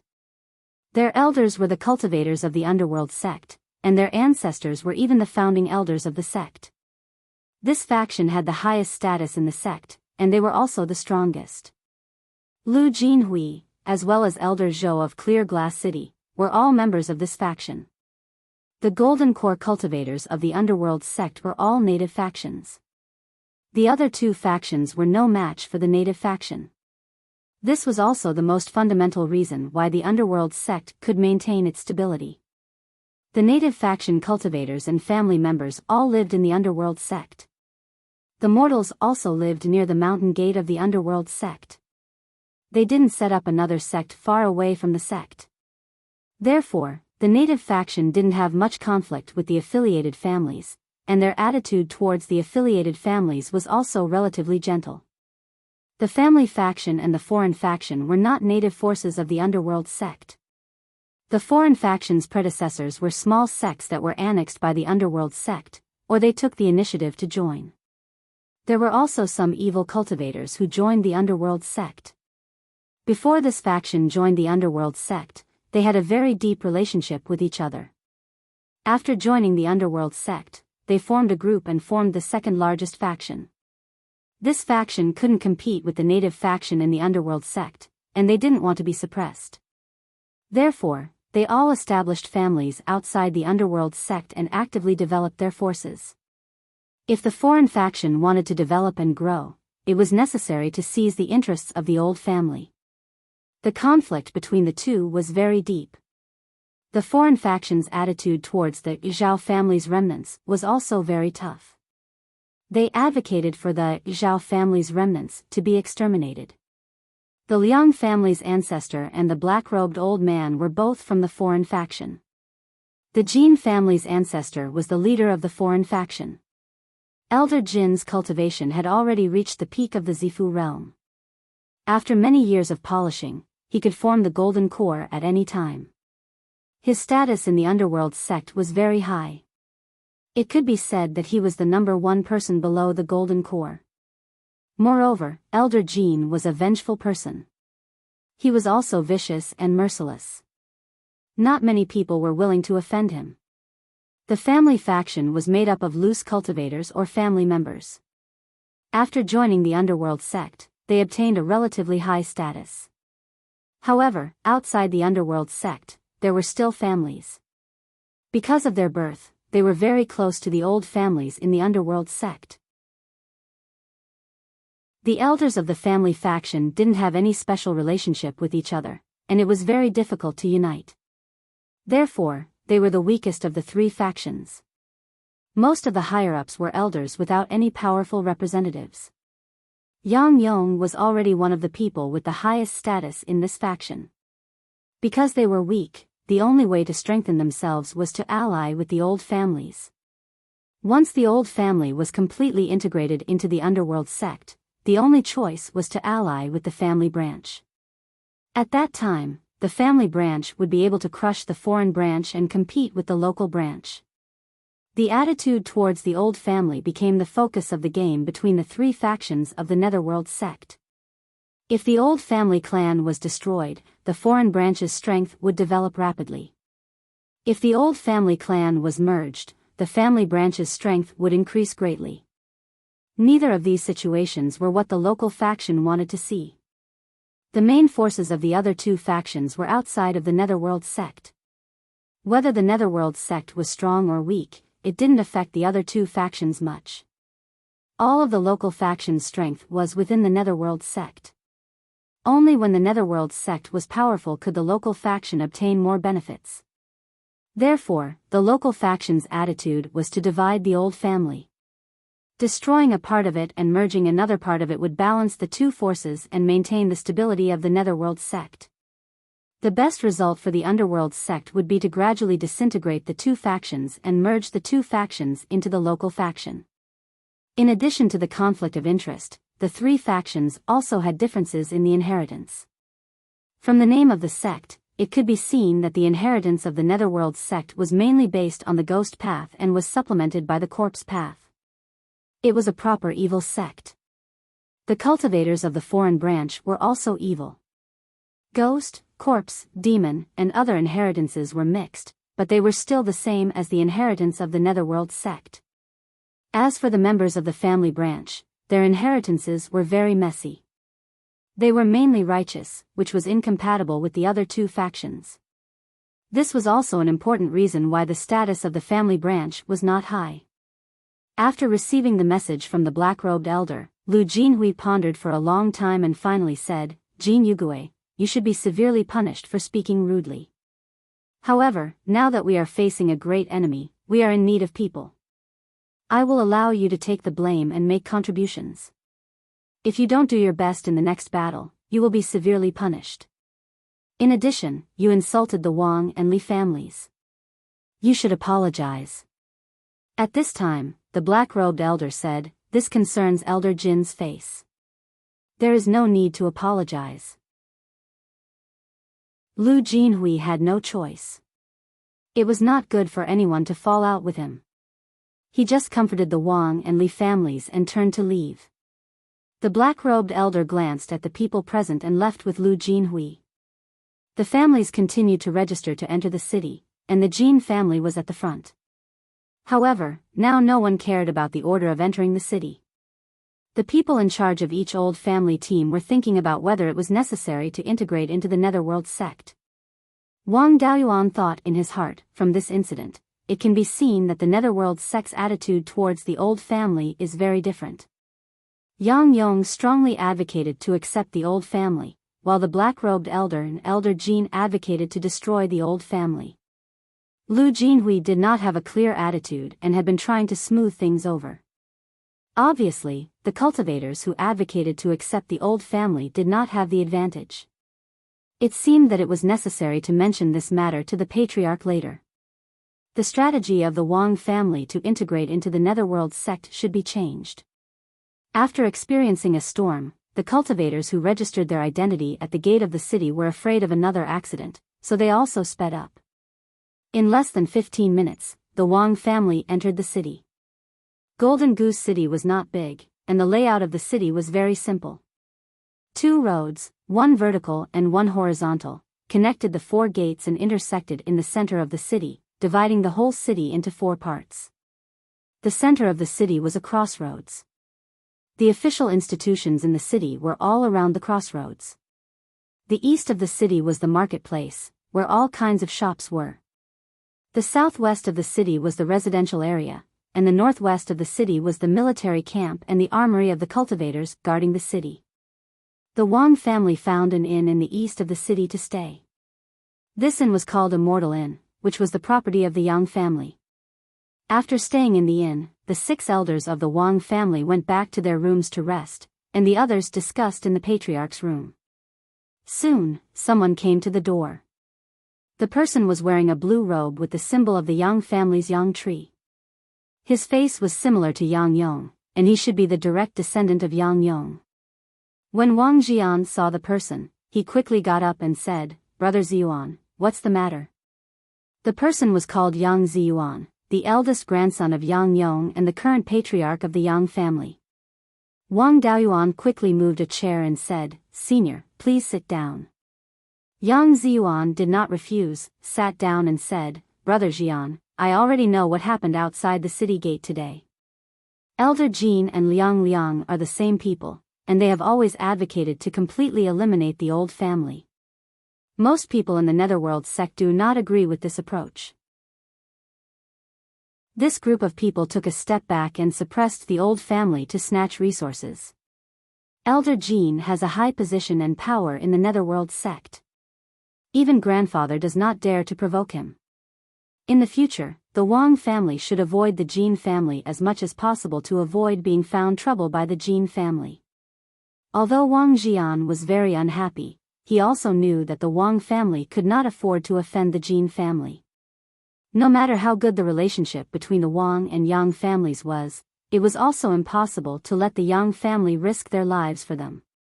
If their strength was not enough, they could only pretend to be subservient. Wang Jian sighed and said, "Brother Ziyuan, don't worry. I know the severity of the matter. My Wang family's disciples will avoid the Jin family." Yang Ziyuan nodded and said, "Then I'm relieved. When the time comes, the Wang family and my Yang family will act together. No matter how rude and unreasonable the Jin family is, they will not find trouble in front of the Yang family." Chapter 27. Hearing Yang Ziyuan's arrangement, Wang Jian also breathed a sigh of relief. At least during the demonic beast cleanup period, the Jin family wouldn't come looking for trouble. As for afterwards, the two families were separated by tens of thousands of miles and had no business dealings. Even if the Jin family was a mad dog, they wouldn't go to the Jade Spring Peak to cause trouble for such a small matter. Yang Ziyuan bid farewell and left. So cowardly. Wang Daoxing was furious. The Jin family caused trouble, but they didn't punish them at all. Instead, they made us cowards. Wang Jian said, "Daoyuan, what do you think?" "Endure." "What else?" Wang Daoyuan whispered, "The walls have ears." Wang Jian laughed and said, "I really didn't misjudge you. Daoyuan, you can see the pros and cons at such a young age.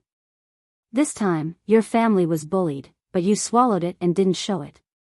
When we were outside the city, you could see that Jin Yugue wanted to attack me. You're even more cautious than me. Although your cultivation aptitude isn't good, you're still a promising talent. This time, I brought you with me to let you gain more experience. In the family, there are people with high cultivation aptitudes, people who are experienced in human relationships, and people who are proficient in the arts of cultivation, but what we lack the most is a leader. In the Shou generation, only your 12th uncle has this potential. Unfortunately, Shi has an idle personality and isn't willing to take on this burden. In your generation, only you and Dao Chang have the potential to be leaders. Dao Chang has the highest cultivation aptitude and puts all his energy into cultivation. He's still too inexperienced in this aspect. You, on the other hand, are so experienced at such a young age. If I didn't watch you grow up, would really suspect that you're an old monster in disguise.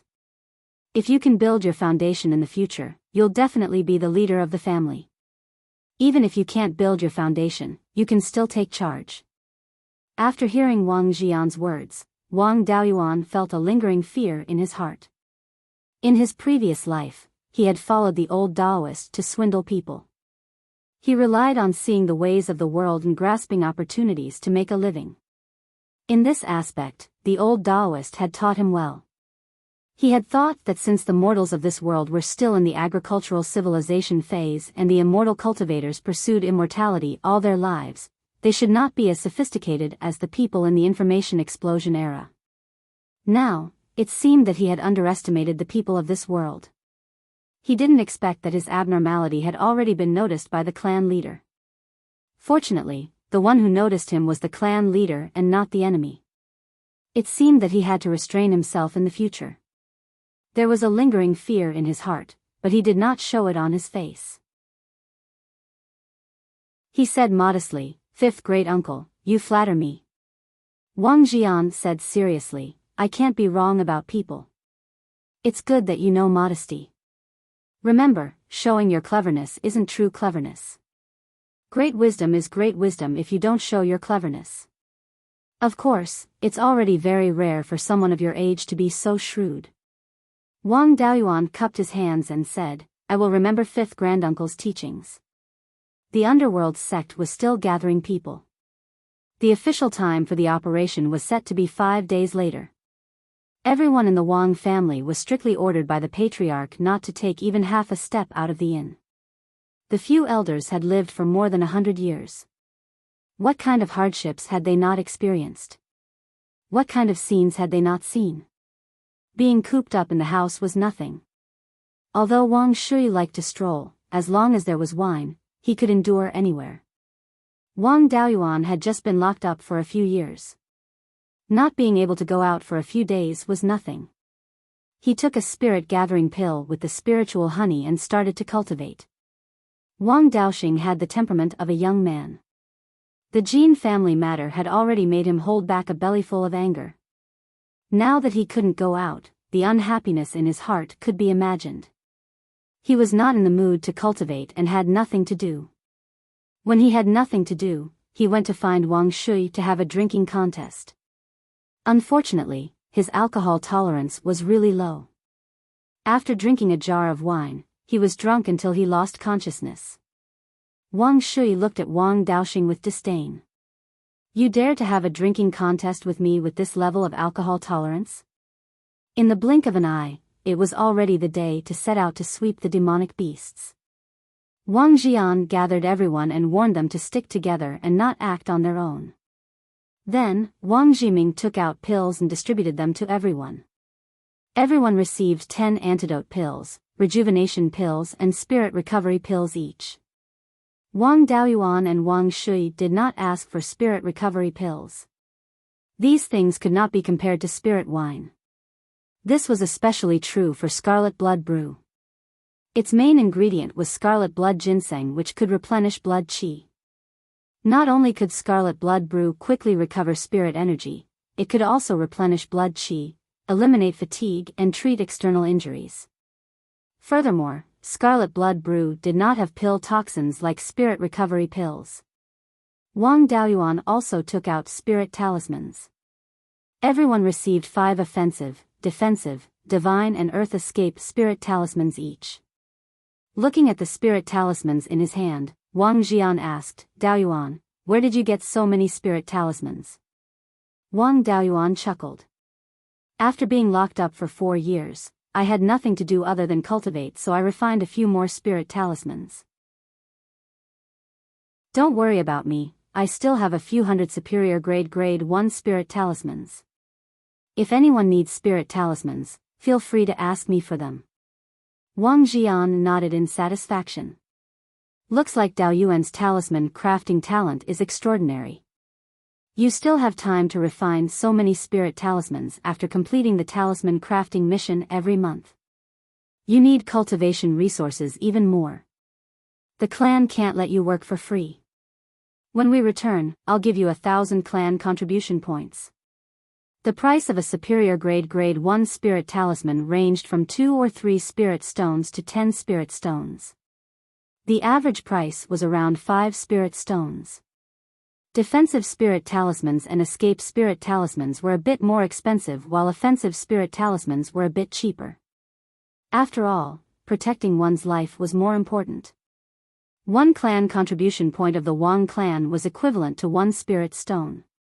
200 spirit talismans were worth 1,000 contribution points. It was not a loss. The Netherworld sect ordered all participating cultivators to gather at the crossroads in the center of the city. After gathering, they saw 3 Zifu realm cultivators standing side by side at the center of the crossroads. Coincidentally, Wang Daoyuan knew all of them.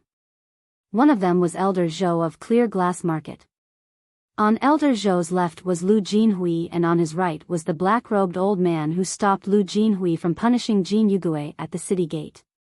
Elder Zhou took a step forward and cupped his hands towards the surrounding cultivators.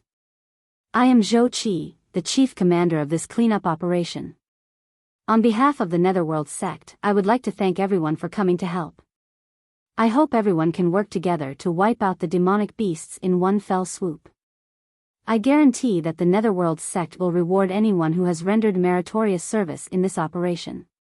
However, I have to say the ugly words first. If you don't listen to orders, act without authorization, flee at the last minute, or let the enemy become a patient, behead. All the cultivators responded in unison, yes. After Zhou Qi finished speaking, Lu Jinhui stepped forward and said, I am Lu Jinhui, the deputy commander of this operation. Elder Zhou has said what needs to be said, so I will directly assign tasks to everyone. After speaking, he took out a few jade slips and called over the leaders of several powerful clans. These were all descendants of the Netherworld sect's elders. Yang Ziyuan, Jin Yugui, and Liang Jiaxing were among them. After a while, Yang Ziyuan took a jade slip and walked back to the cultivators of his clan. He chose a dozen or so clans that he had a good relationship with to act together. The clans that Yang Ziyuan chose were all old clans. The Wang and Li clans were among them. After the leaders of the clans were selected, Lu Jinhui opened his mouth again. The leaders who came up to receive the task just now are the captains of each squad. The clans that are selected by the squad captains will be under their command. The orders of the squad captains are the orders of the 3 of us. If there is any disobedience, behead without mercy. The captains will act separately according to their own tasks. Chapter 28. The Wang clan and a dozen other clans followed Yang Ziyuan to the bottom of a small hill. The Guiyan Valley was roughly north-south, but the mountain paths rarely went straight, and the Guiyan Valley was no exception. Although there were no twists and turns, there were still a few dangerous places, and the Carriage Gorge was one of the most dangerous places. The Carriage Gorge was about 3 miles long, and as the name suggested, the valley was only 1 carriage wide. The hill where everyone was lying in ambush was 3 miles east of the Carriage Gorge. The right side of the hill was a flat land about 200 feet wide, leading to the depths of the forest. On the right side of the flat land were large and small peaks, which were defended by other teams. The left side of the hill was a cliff. The Carriage Gorge was more than 3,000 miles away from the Golden Goose City, and more than 300 miles away from the Guiyan Market. If something happened here, both sides would not be able to rescue in time. Therefore, the Carriage Gorge was the place where the caravan was most frequently attacked. Although Yang Ziyuan hadn't told everyone about their respective missions, Wang Daoyuan could roughly guess that their mission was most likely to be to stop the fleeing demonic beasts. After that, Yang Ziyuan gave everyone 2 aura concealing talismans. The aura concealing talisman could conceal the aura emitted by the cultivator. Whether it was the fluctuation of mana or the smell, it would not leak out. The purpose of the Underworld sect's aura concealing talisman was very clear: it was an ambush. There were many beasts scattered in the forest, and if they wanted to ambush, they would have to attract the beasts. At this time, Wang Daoyuan saw a caravan coming along the Carriage Gorge a few miles away in the south. This caravan had a lot of people, more than 20 carriages, and about 100 people. Because of the distance, he could not feel the aura of the cultivators, and could not judge their cultivation. In order to adapt to the terrain, the carriages on the Guiyan Valley Road were very strange. The length of the carriages varied from 2 to 5 feet, and the width was less than 5 feet, which was very slender.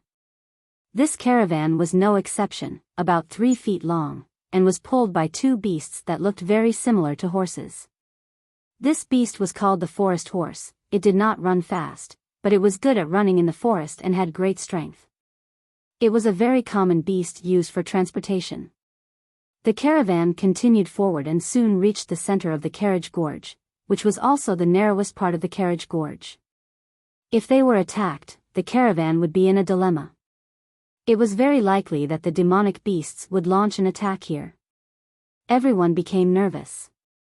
Even Yang Ziyuan transmitted his voice, "Without my order, no one is allowed to act rashly. Those who disobey will be beheaded." As time passed, everyone's hearts rose to their throats. Wang Daoyuan could even hear the heartbeats of the people nearby. However, the expected attack did not happen. The caravan at the front had already exited the carriage gorge, and everything was still calm. Very quickly, the entire caravan drove out of the carriage gorge. They had passed through the easiest place to be attacked. Everyone in the caravan heaved a sigh of relief. It seemed that the demonic beasts did not intend to attack the caravan. Everyone who was lying in ambush outside the carriage gorge felt relieved. Wang Daoyuan also withdrew his profound yang sword. After exiting the carriage gorge, the mountain path was even wider and could accommodate many carriages side by side. In order to make it easier to manage, the leader ordered the caravan to be split into 3 groups instead of 1. The leader's prestige was quite high. With an order, everyone in the caravan immediately disrupted their original groups and rearranged themselves. Everything seemed to be coordinated and natural. Suddenly, a black gust of wind came from the front and headed straight for the caravan. In the caravan, 11 cultivators soared into the sky on their artifacts. The leader was dressed in a gray robe and did not look like a cultivator at all. Instead, he looked like a butler of a rich family. However, the gray-robed cultivator was not weak. As soon as the gust of wind rose, he took out a flying sword and flew into the air. He took out a horsetail whisk and waved it gently. A black beam collided with the gust of wind and a few explosions sounded. The gust of wind paused for a moment before continuing to rush over. However, the wind was slightly weaker. The other cultivators who flew into the air on their artifacts followed suit and took out their Dharma artifacts and spirit talismans to attack the gust of wind. The wind gradually weakened, but it was getting closer and closer to the caravan. The foundation establishment cultivators in the caravan were unable to disperse the gust of wind before it reached them. The black gust of wind rushed into the caravan. Many chi refinement cultivators could not fly on their artifacts and could not hide in the air. Those who reacted quickly hid behind the carriages. Those who reacted slowly could only take out their Dharma artifacts and spirit talismans to resist.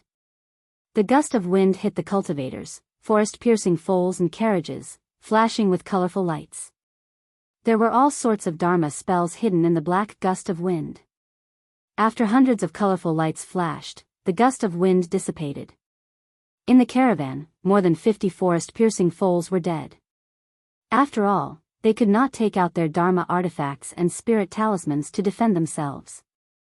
More than 10 cultivators' Dharma artifacts and spirit talismans were shattered and they died on the spot. More than 20 cultivators were in tatters and their faces were pale. It was clear that they were severely injured and had no strength to fight anymore. The remaining 60 or so people reacted quickly.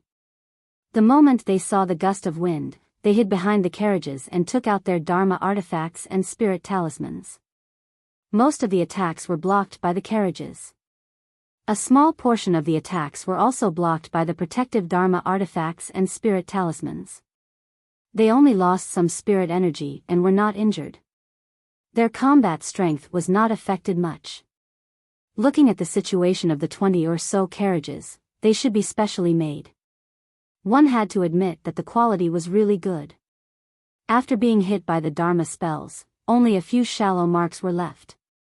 In the valley ahead, where the gust of wind blew, a group of demon beasts appeared. There was a giant multicolored tiger, a black bear the size of a small mountain, and a black wolf the size of a cow. There was also a black eagle with a wingspan of more than 10 meters and some golden feathers on its body. The 4 demon beasts were at the front of the group of demon beasts, as if 4 generals were leading an army.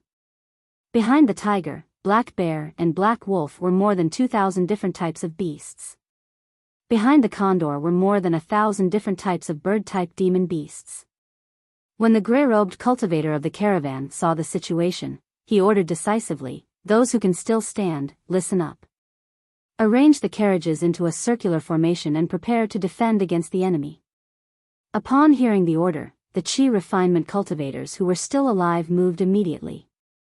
With the forest-piercing foals dead, they could only rely on people to pull the carriages. For the sake of their lives, they were still very proactive. Some cultivators even took out their god power talismans. In less than 10 breaths, more than 20 carriages surrounded the city in a circle with all the Qi refinement cultivators in it. Then, they took out spirit crossbows and loaded them with spirit stones. The refinement stage cultivators who had escaped from death like headless flies instantly turned into fully armed elites. In Wang Daoyuan's opinion, these Qi refinement cultivators had the circle formation of carriages as cover. It was really similar to the positional warfare of his previous life. The caravan cultivators were too fast and there were more than 10 foundation establishment cultivators guarding in the air. The demon beasts did not have time to attack and missed the best opportunity to attack. But now, the caravan was already in position and could not be taken down easily. However, with thousands of demon beasts gathered, it was impossible for them to retreat just because of a little trouble. A few grade 2 demon beasts roared a few times and 500 to 600 bears, rhinoceroses and other thick-skinned demon beasts walked out from the herd. With a roar from the tiger, the 500 to 600 demon beasts charged towards the caravan. Chapter 29. The distance between the beast horde and the caravan was only about 2 kilometers. Even though the demonic beasts leading the charge had thick skin and were not known for their speed, they still had cultivation. Spurring on his spiritual power, he would be able to reach the range of the spirit crossbow within 20 breaths of time. The cultivators of the caravan all held their spirit crossbows and aimed at the incoming beast horde, ready to fire. After more than 10 breaths, the beast horde was only 100 feet away from the carriage formation. The gray-robed cultivator shouted, "Fire!" More than 80 cultivators activated their spirit crossbows at the same time.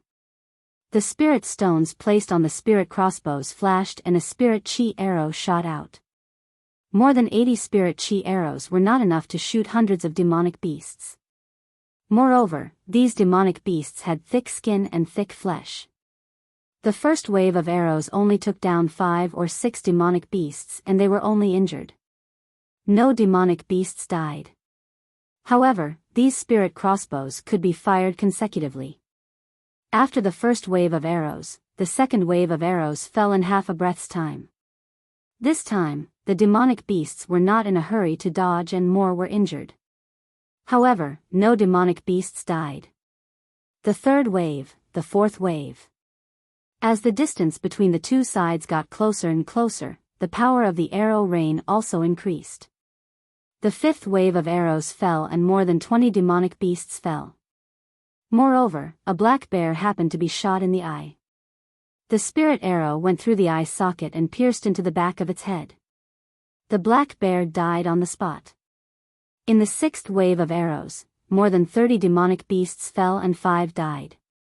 At this moment, some demonic beasts who had comprehended innate spells also began to use spells to counterattack. However, when their spells hit the carriage formation, they could only hear a sound and had no effect at all. Using spells would slow down the charging speed, which was really not worth it. The demonic beasts stopped attacking with spells and charged forward. After another 3 waves of arrows, more than 100 demonic beasts fell on the battlefield, more than 30 of them died. The more than 300 demonic beasts who could still charge were all injured. This group of demonic beasts who were leading the charge no longer had the heart to fight and fled. The 10th wave of arrows fell. Because the demonic beasts were running in a disorderly manner, only 50 or so were taken down. After the 10th wave of arrows, the spirit stones on the spirit crossbows were exhausted and needed to be replaced with new spirit stones. It would take 3 breaths of time to replace the spirit stones and reactivate the spirit crossbow. The demon beasts made full use of this short period of time. With a speed faster than when they were charging, they ran out of the killing range of the spirit crossbow, and even saved some of their injured and fallen companions.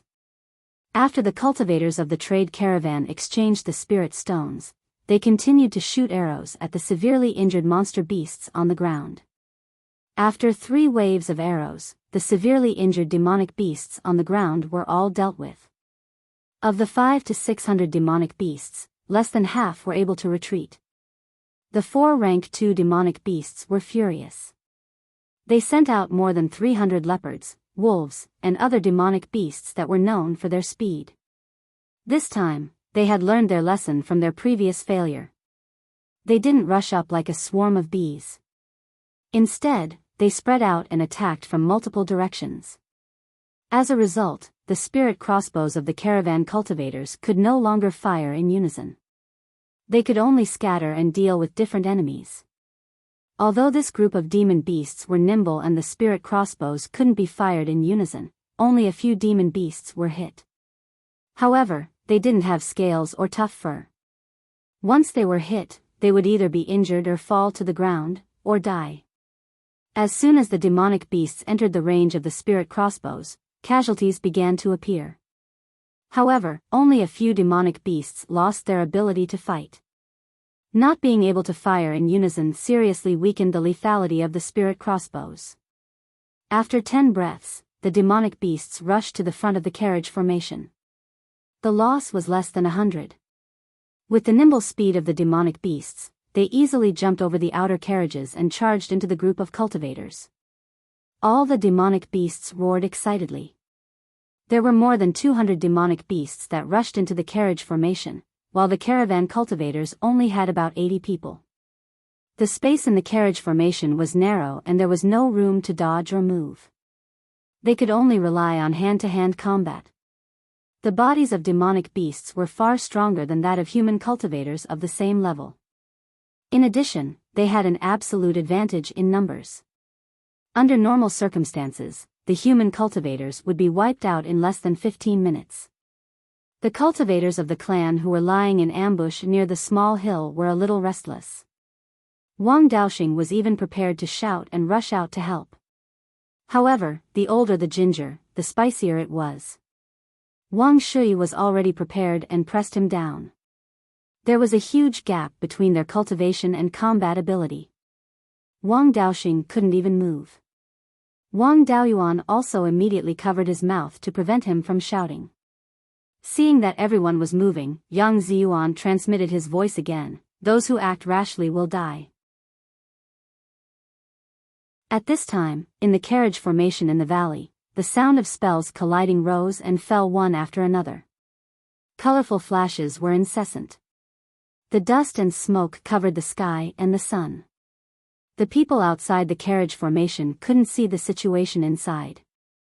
The Foundation establishment cultivators in the air were also constantly attacking the demonic beasts. Unfortunately, the results were minimal. 15 minutes passed and the battle was still going on. However, there were demonic beasts constantly fleeing outside the formation. Another 15 minutes passed and the battle was basically over. The dust and smoke dispersed and everyone could finally see the battle situation clearly. In the small carriage formation, the ground was covered with demonic beast corpses. At a rough glance, there were more than 100 corpses. The caravan didn't have it easy either. Of the 80 cultivators, 30 were dead and 20 were injured. Among them, 10 were seriously injured and no longer had the strength to fight. Whether it was the demonic beasts or the people lying in ambush, they didn't expect this result. Wang Daoyuan understood a little. The ground near the carriage formation was covered with shredded paper.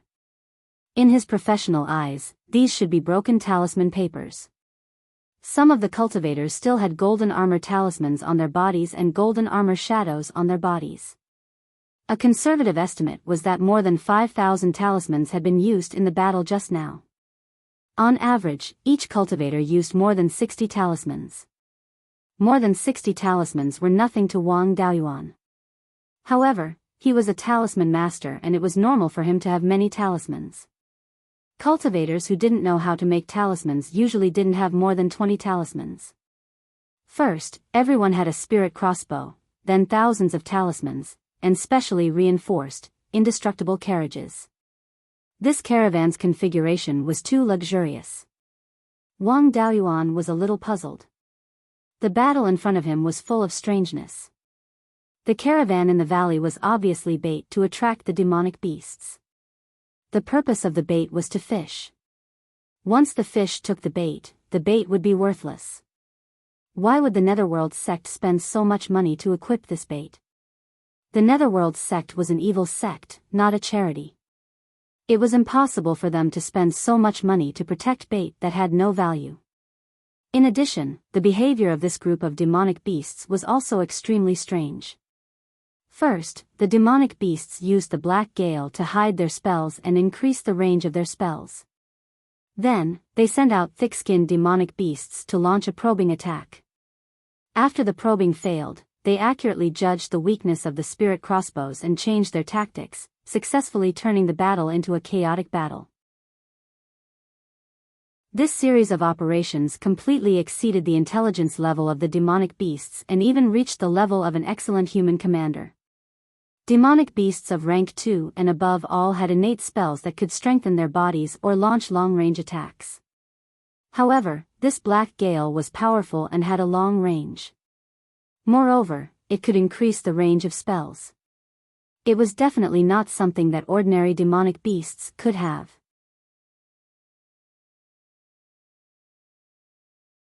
Chapter 30. Wang Daoyuan had read many books about demon beasts, but he had never heard of any demon beast that had such a strange dermic art. The demon beasts present were all common demon beasts and there were no mutants. However, this trade caravan seemed to be stalling for time. Although the trade caravan had fewer people compared to the demon beasts in terms of numbers, they had an absolute advantage in terms of Foundation establishment cultivators. However, the Foundation establishment cultivators of the trade caravan did not make use of their advantage to take the initiative to attack and reduce the pressure on the Qi refinement cultivators on their side. The first time the demon beasts attacked, the Foundation establishment cultivators did not make a move at all. In the second test, they only helped the demonic beasts after they rushed into the carriage formation. When the demonic beasts scattered in all directions, they did not stop them. Wang Daoyuan could see more than 1,000 cultivators lying in ambush in the east of Guiyan Valley. Usually, the demon beasts hid in the dense forest to the west of Guiyan Valley and there should be more cultivators lying in ambush there. These people could charge down and deal with the demon beasts in the valley without any pressure at all. The reason why they did not make a move was most likely because the fish were too small. With too little information, Wang Daoyuan was unable to deduce too much information. He decided not to think about it and observed the situation carefully, waiting for the moment the mystery was revealed. In the valley, the demon beasts were naturally indignant after their second failure and were preparing for their third attack. The black condor shrieked in the air and dived towards the carriage formation with more than 1,000 flying beasts following closely behind. Given the speed of the flying beasts, they could reach the carriage formation in 5 breaths at most. Compared to walking beasts, flying beasts were faster and more agile. Even the spirit crossbows could not hit many of them and the spirit talismans could not threaten them at all. This time, the Foundation establishment cultivators of the trade caravan no longer feigned ignorance and made a move the moment the black condor charged. 11 Foundation establishment cultivators rushed forward. Then, 11 flying swords soared into the air and pierced through the flock of flying beasts, causing blood to splatter. Colorful feathers fluttered down from the air. The corpses of flying beasts of all sizes fell to the ground. In just a single breath, more than 100 flying beasts were turned into ghosts under the swords. The flying beasts were not fools and did not dare to charge at the Foundation establishment cultivators directly. They scattered and the menacing attack was neutralized once more. The rank 2 demonic beasts naturally couldn't just sit by and watch. They all roared and led the rest of the demonic beasts to charge forward. Black Condor also reorganized his flying beasts to interfere with the caravan cultivators and cover the beast horde. Seeing the demonic beasts swarm out, the caravan immediately responded. The grey-robed cultivator took on the Black Condor alone while 3 other Foundation establishment cultivators were sent to hold back the other 3 Class 2 demonic beasts. Of the remaining 7 Foundation establishment cultivators, 4 continued to slaughter the birds while the other 3 attacked the demonic beasts on land. The Qi refining stage cultivators were not idle either. They lifted the roof of the carriage, revealing the big killing weapon in the carriage, the giant spiritual crossbow, which was no different from the spiritual crossbow on the wall of Golden Goose City. Immediately after, the Qi refinement cultivator took out a middle-grade spirit stone and installed it on the giant crossbow. Wang Daoyuan was not proficient in the art of refining and could not discern the grade of these giant spirit crossbows. However, he was certain that these giant crossbows were at least second-tier magic tools. Coupled with the mid-grade spirit stones, the giant crossbow definitely had the ability to kill a Foundation establishment cultivator. There were more than 20 carriages, which meant that there were more than 20 giant crossbows. Originally, if the demonic beasts swarmed forward, the carriage formation would definitely be broken. Now that there were these giant crossbows, the outcome was still unknown. The Qi refining stage cultivators quickly activated the giant crossbows, and more than 20 arm-thick light beams shot out, heading straight for the demonic beasts. In an instant, the light beams crossed a distance of 1 mile and penetrated into the demonic beasts. The demonic beasts learned their lesson from the first attack and did not gather together, but scattered. However, more than 2,000 demonic beasts gathered in the narrow valley. No matter how scattered they were, it was impossible to appear sparse. More than 20 light beams struck, and hundreds of demonic beasts were in the path of the light beams. Seeing the light beams coming towards them, these hundreds of demonic beasts immediately dodged. Unfortunately, compared to the light beams, the demonic beasts were too slow. The demonic beasts at the front had just made a dodging action when they were pierced by the light beams. Only the agile demonic beasts at the back managed to escape the calamity. More than 20 light beams dug more than 20 channels in the demonic beasts. More than 200 demonic beasts died, and the loss was more than 1/10 of the demonic beasts. The only flaw was that none of the Class 2 demonic beasts died. However, they were also shocked by the light beams. The only thing that made the demonic beasts feel fortunate was that a mid-grade spirit stone could only be used once for the giant crossbows. After the light beams were released, the Qi refining stage cultivators immediately replaced them with new mid-grade spirit stones. Replacing the spirit stones took 3 breaths of time, and the demonic beasts took the opportunity to rush forward.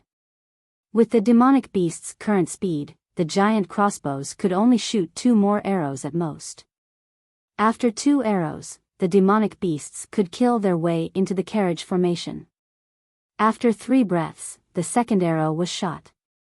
The demonic beasts were too close, and apart from the Class 2 demonic beasts, they were completely unable to react in time and died directly under the light beams. More than 20 channels were plowed through the demonic beasts by the light beams, and nearly 400 demonic beasts died. In addition to the Foundation establishment stage cultivators' flying swords, there were less than 2,000 demonic beasts left. The demonic beasts were frightened, and some of them had already begun to flee.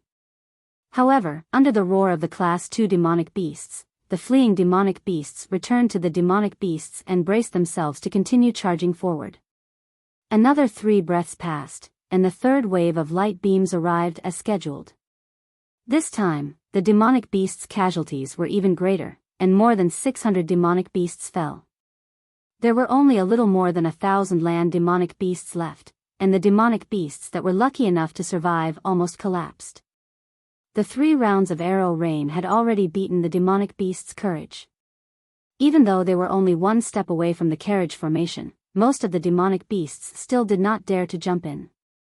The land demonic beasts were hesitant to advance, but the birds, on the other hand, advanced bravely. Whether it was the giant crossbows, hand crossbows, or spirit talismans, none of them could pose a fatal threat to the birds.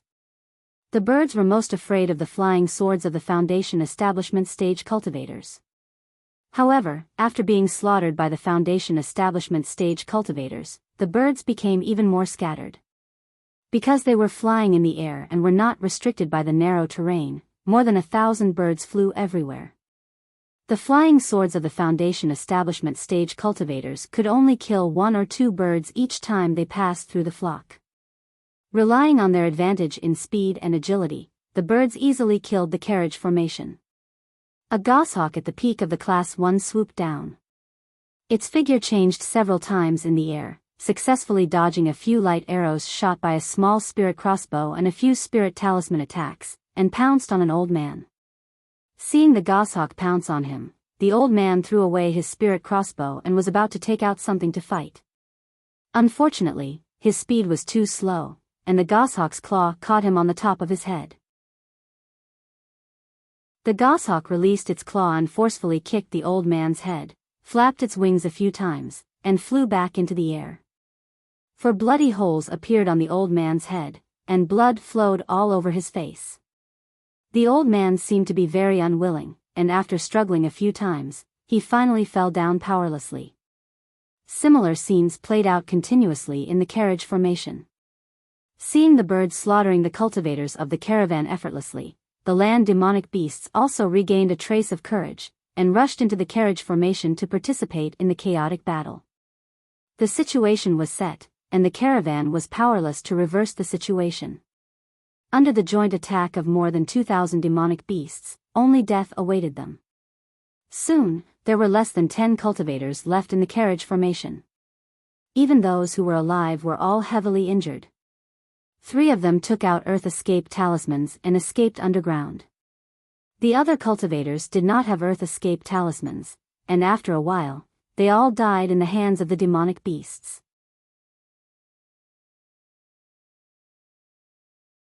Chapter 31. The Netherworld sect truly did not care about the life and death of Chi refinement cultivators and did not distribute Earth Escape talismans at all. The 3 cultivators who escaped had also brought their own Earth Escape talismans. Seeing that the battle in the carriage formation had ended, the Foundation Establishment cultivators did not dare to continue fighting.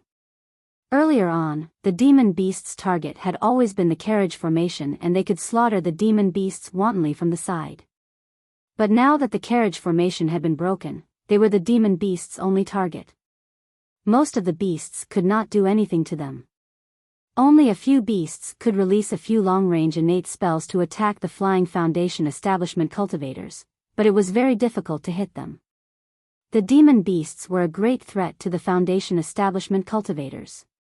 When Foundation Establishment cultivators flew on their artifacts, their speed was faster than ordinary rank 1 demon beasts.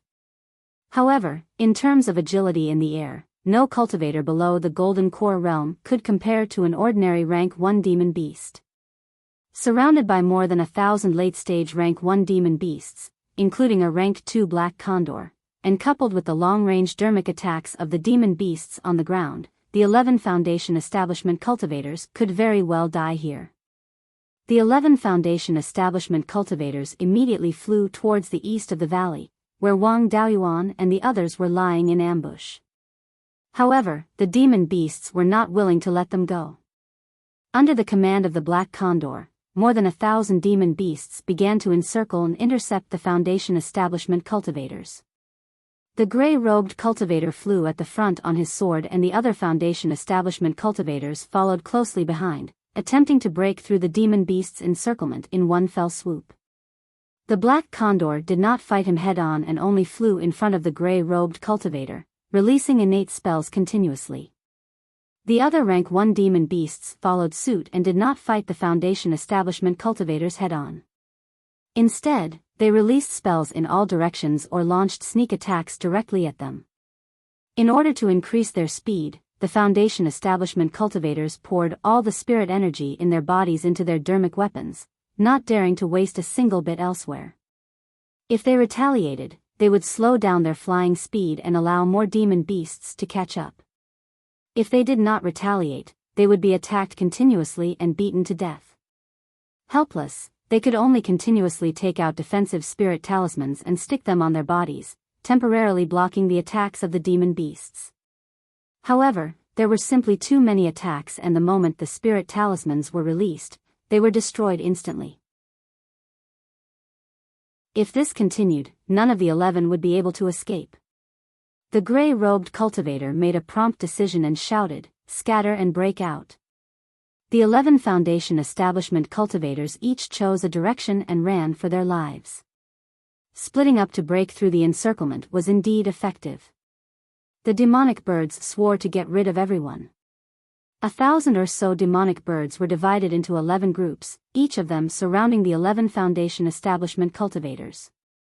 There were less than 100 demon birds in each flock, and the black eagle was the only rank 2 demon bird. Without rank 2 demonic birds, it would be very difficult to surround a Foundation establishment cultivator with less than 100 rank 1 demonic birds. The gray-robed cultivator was the strongest, and the black condor participated in the encirclement. Before they split up to break out of the encirclement, the gray-robed cultivator stood at the front and was able to protect himself. Now, there were less than 100 rank 1 demon birds and a black condor.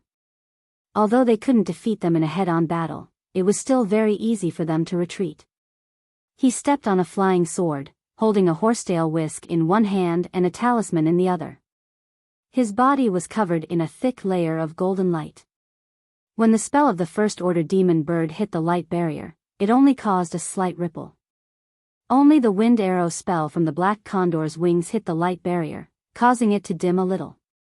It would take at least 10 wind arrow techniques to break the light barrier. Even rank 2 demonic beasts did not have the ability to release 10 destiny spells in a short period of time. Without the omnidirectional attacks of the large group of demon birds, his speed was much faster. Of the demon birds that surrounded him, only the black condor could keep up with him. The others were left behind. When the black condor released a spell, he would receive it with his protective light barrier. When the black condor attacked him in close combat, he would chase it away with his horsetail whisk. When the followers behind caught up, he would throw a few talismans. It could be said that the small group of demon birds could do nothing to him. He was not in a hurry to escape either. Instead, he led the group of demon birds in circles. To Wang Daoyuan, this was to buy time for the others to escape. Once he escaped, the black condor would definitely surround the others. They did not have the strength of the gray-robed cultivator. Now that the gray-robed cultivator's efforts were effective, the other Foundation establishment cultivators were also relaxed. Without the interference of rank 2 demonic beasts, none of the less than 100 rank 1 demonic birds could catch up to the Foundation establishment cultivators who were flying at full speed. Only a few of the demonic beasts on the ground could release long-range spells. However, they did not dare to do so for fear of accidentally injuring the demon birds.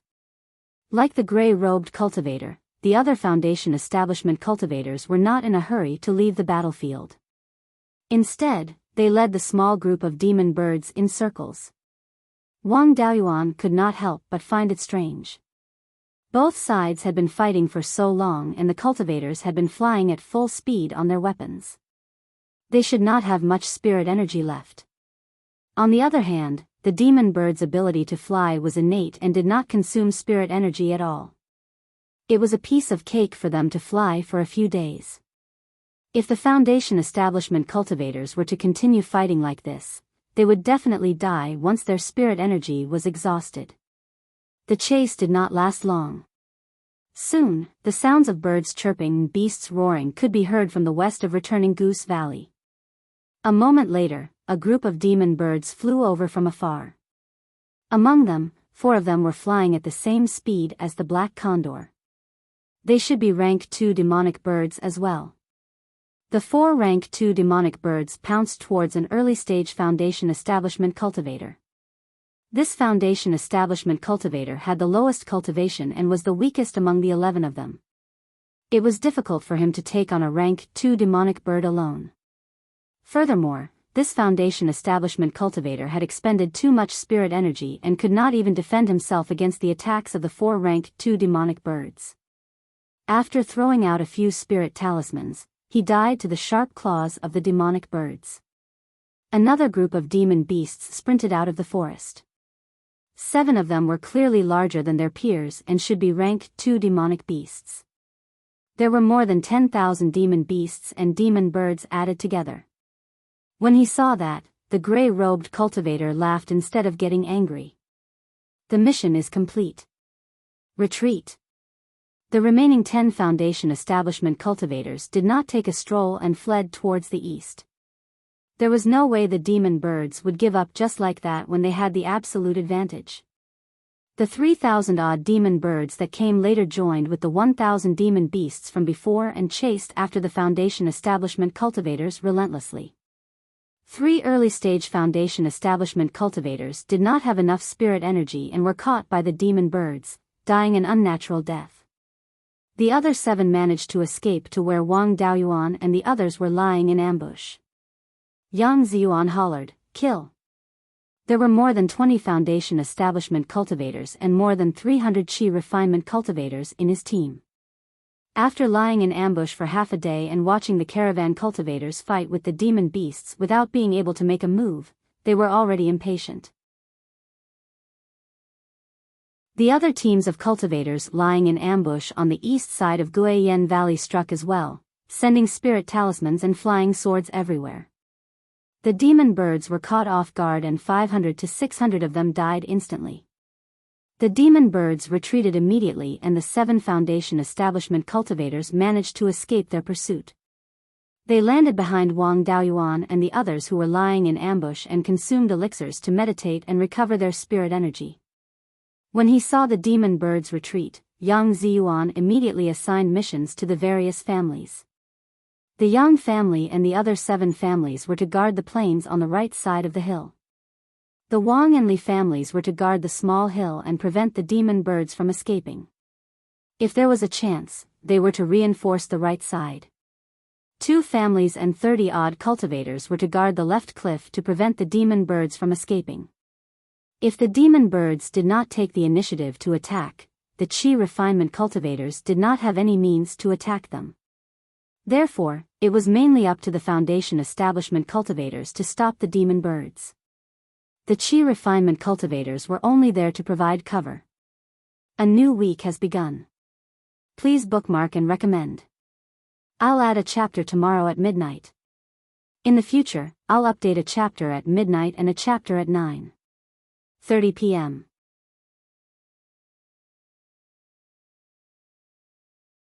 Chapter 32. The demonic beasts were not fools. Seeing thousands of people lying in ambush on the east side, they naturally did not dare to force their way in. The humans were already prepared. This time, they would not be able to take advantage of the situation. Under the lead of a few rank 2 demonic beasts, the group of beasts retreated to the west. The Netherworld sect had carefully set up a trap with more than 100 people as bait. The big fish had finally taken the bait. How could they let it escape? Of the 5,000 cultivators recruited by the Netherworld sect, only more than 100 were bait and 1,000 were lying in ambush on the east side of the Guiyan Valley. The other 4,000 were not just for show. As expected, the demonic beasts retreating to the west side of the valley were hit by countless talismans and magic weapons as soon as they reached the edge of the valley. The demonic beasts immediately retreated and ran north along the valley. South was the Carriage Gorge. Going in was definitely a dead end. The demonic beasts did not dare to go in. The demonic beasts were not afraid. Some of them flew south. After fleeing to the north for less than a mile, hundreds of cultivators suddenly appeared and blocked the entrance of the valley.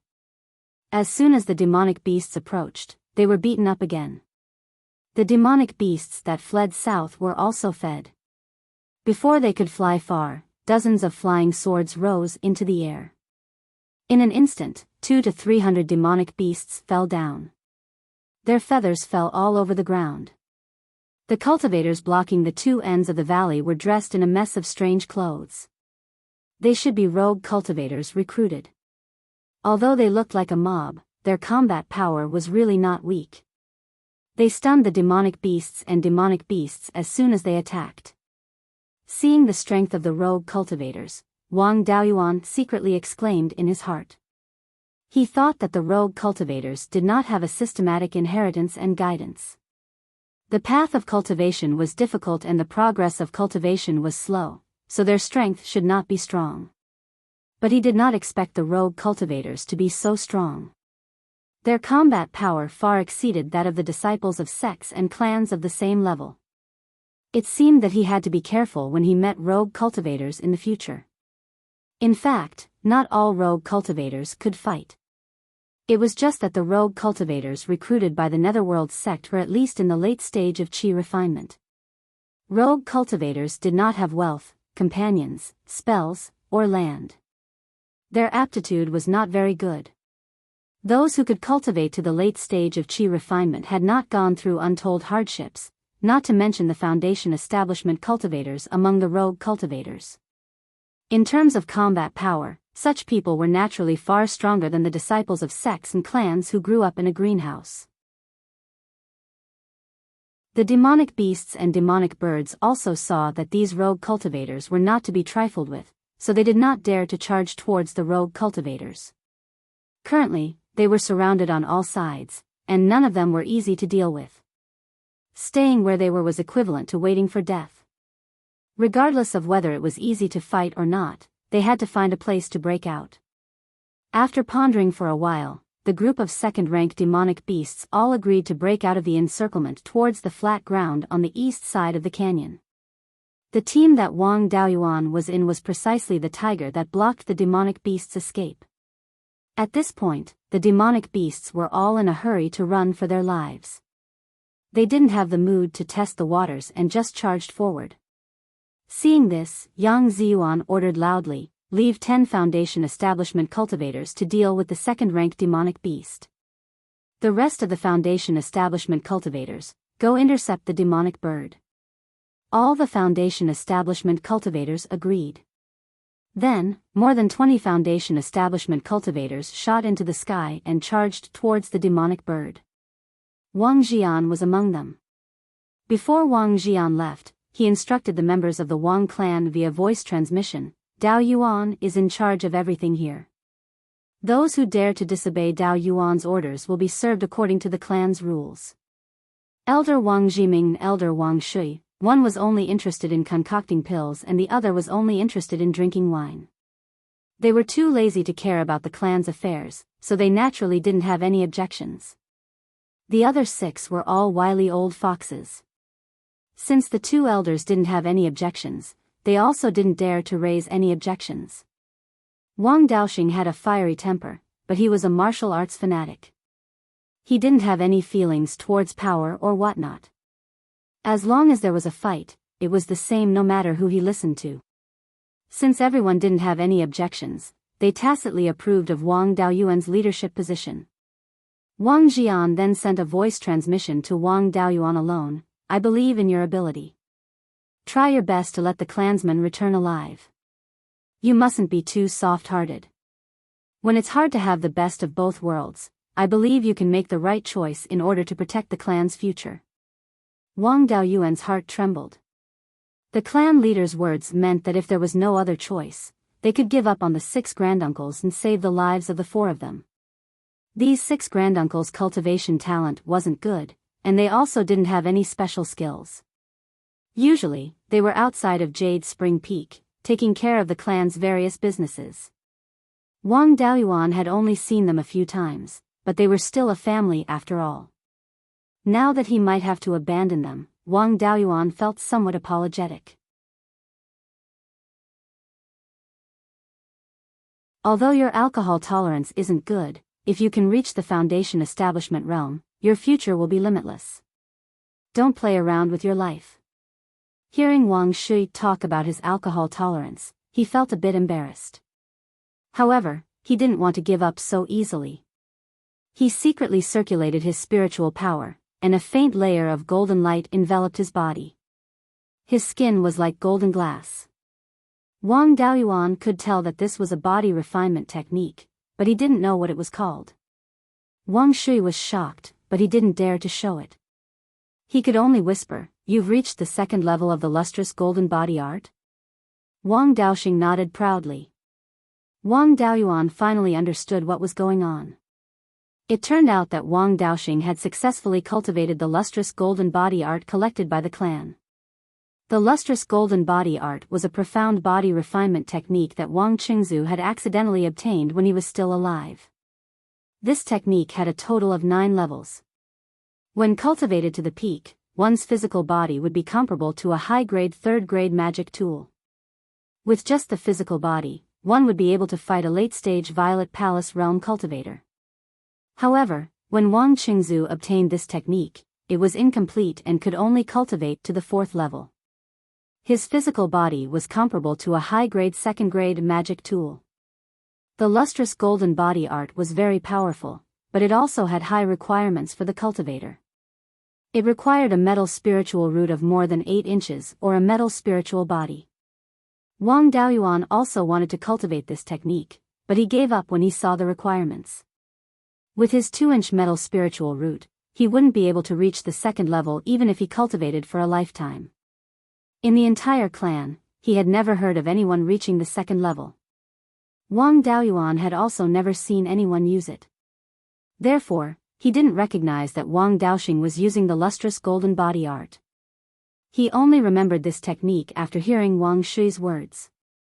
When the lustrous golden body art was cultivated to the 2nd level, one's physical strength would be comparable to a cultivator at the 8th or 9th level of qi refinement. Coupled with the fact that his physical body was extremely strong, it was normal for him to defeat a cultivator at the 9th level of qi refinement. With such a strong physical body, it would be difficult for a 1st-grade demonic beast to injure him. It wouldn't be a problem for him to be placed at the front.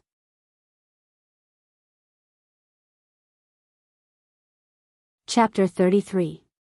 Seeing that Wang Daoxing was insistent and had the ability to protect himself, Wang Daoyuan didn't object anymore.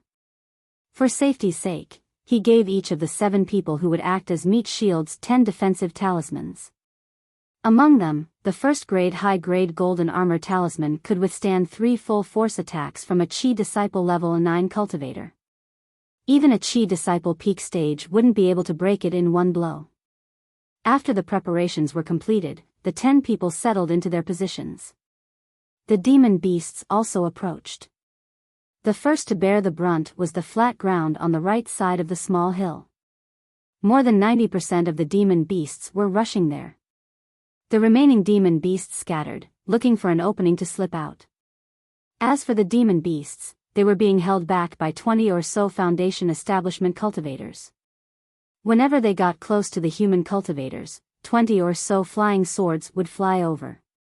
Every time they tried to break out, there would be casualties. The demon beasts were completely suppressed by the Foundation establishment cultivators and didn't have much effect on the Qi Disciple cultivators. What they had to face were mainly the demon beasts. One had to admit that Yang Ziyuan was indeed worthy of being the head of the Zifu clan. His mastery of earth element magic had reached perfection. A few earth wall techniques were enough to create a 20-foot long, 3-foot thick, and 5-foot tall wall on the flat ground. He also ordered everyone to hold formation flags and set up a few defensive formations inside and outside the wall. Wang Daoyuan didn't understand formations and couldn't recognize what kind of formations they were. But just by looking at the brilliance of the formations, he knew that it would be very difficult for anyone below the Foundation establishment stage to break through. In less than 100 breaths, a perfect defensive structure had been set up on the flat ground. Yang Ziyuan's strength was far above his own clan head. The Yang clan's strength was also not something the Wang clan could compare to. The demon beasts quickly charged to within 200 feet of the wall. The 30 Qi disciple cultivators of the Yang clan all took out their spirit crossbows and loaded them with spirit stones. When the demon beasts entered 100 feet, the spirit crossbows were fired. These spirit crossbows were exactly the same as the spirit crossbows used by the caravan earlier. They should be the standard weapons of the Netherworld sect. Wang Daoyuan was very covetous of these spirit crossbows. Generally, early Foundation establishment cultivators could control flying swords as easily as an extension of their arm, which was within 100 feet. When the distance between a flying sword and its master exceeded 100 feet, it would be difficult to control. It could only perform simple actions such as stabbing and withdrawing. When the distance exceeded 200 feet, the flying sword basically had no lethality. Those who were able to injure others with their flying swords from a distance of 1,000 feet were all outstanding early-stage Foundation establishment cultivators. And this kind of spiritual crossbow could kill demonic beasts within a range of 300 meters. The fleshly bodies of demon beasts were far stronger than those of humans of the same level. Using this kind of spirit crossbow to shoot human cultivators who did not have any defensive magic treasures, it could kill them from a distance of 1,000 feet. Moreover, this kind of spiritual crossbow didn't make any sound when fired. It was simply a treasure specially made for sneak attacks. However, he could only look on with envy. This was something that belonged to the Underworld sect. Without the Underworld sect's permission, it would be very difficult for him to obtain it. Even if he got it, he couldn't use it openly. Less than 30 breaths after the battle between the Yang family and the demonic beasts began, 3 demonic beasts appeared in front of the Wang family. The 3 demonic beasts were a black ape, a black leopard, and a colorful tiger. The black ape was 10 feet tall, and the hair on its body stood up like steel needles. Its muscles were bulging, and it was 100 streets ahead of the bodybuilders in his previous life. The leopard was about 10 feet long from head to tail. Its tail was very thick, almost as long as its body. In terms of appearance, the tiger was no different from an ordinary tiger. It was just a little bigger. These 3 demonic beasts all exuded the aura of late-stage Stage 1. The tiger was the strongest, equivalent to a peak Stage 1 cultivator. The black ape was slightly weaker than the tiger, about Qi refinement Stage 9. The black leopard was the weakest, about the same as a Qi refinement Stage 7 cultivator. As soon as the Wang family saw the demonic beasts coming, they immediately took out the golden armor talisman. A layer of golden light enveloped their entire body. Only Wang Daoxing, this hothead, relied on his strong body and didn't use the golden armor talisman. How could Wang Daoyuan let him take this risk? He directly took out 2 golden armor talismans and stuck them on him.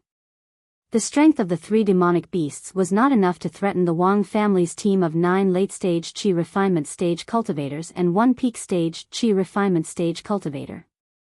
Therefore, they didn't dare to act rashly. They just looked at the Wang family warily. The demonic beasts could stay put, but Wang Daoyuan wouldn't let them stay here. Now that there were only 3 demonic beasts coming, if they didn't get rid of them quickly, there would be trouble if more came. Holding a fire python talisman in his hand, he sent a voice transmission to Wang Daoxing and Wang Shui, telling them to each hold back a demonic beast.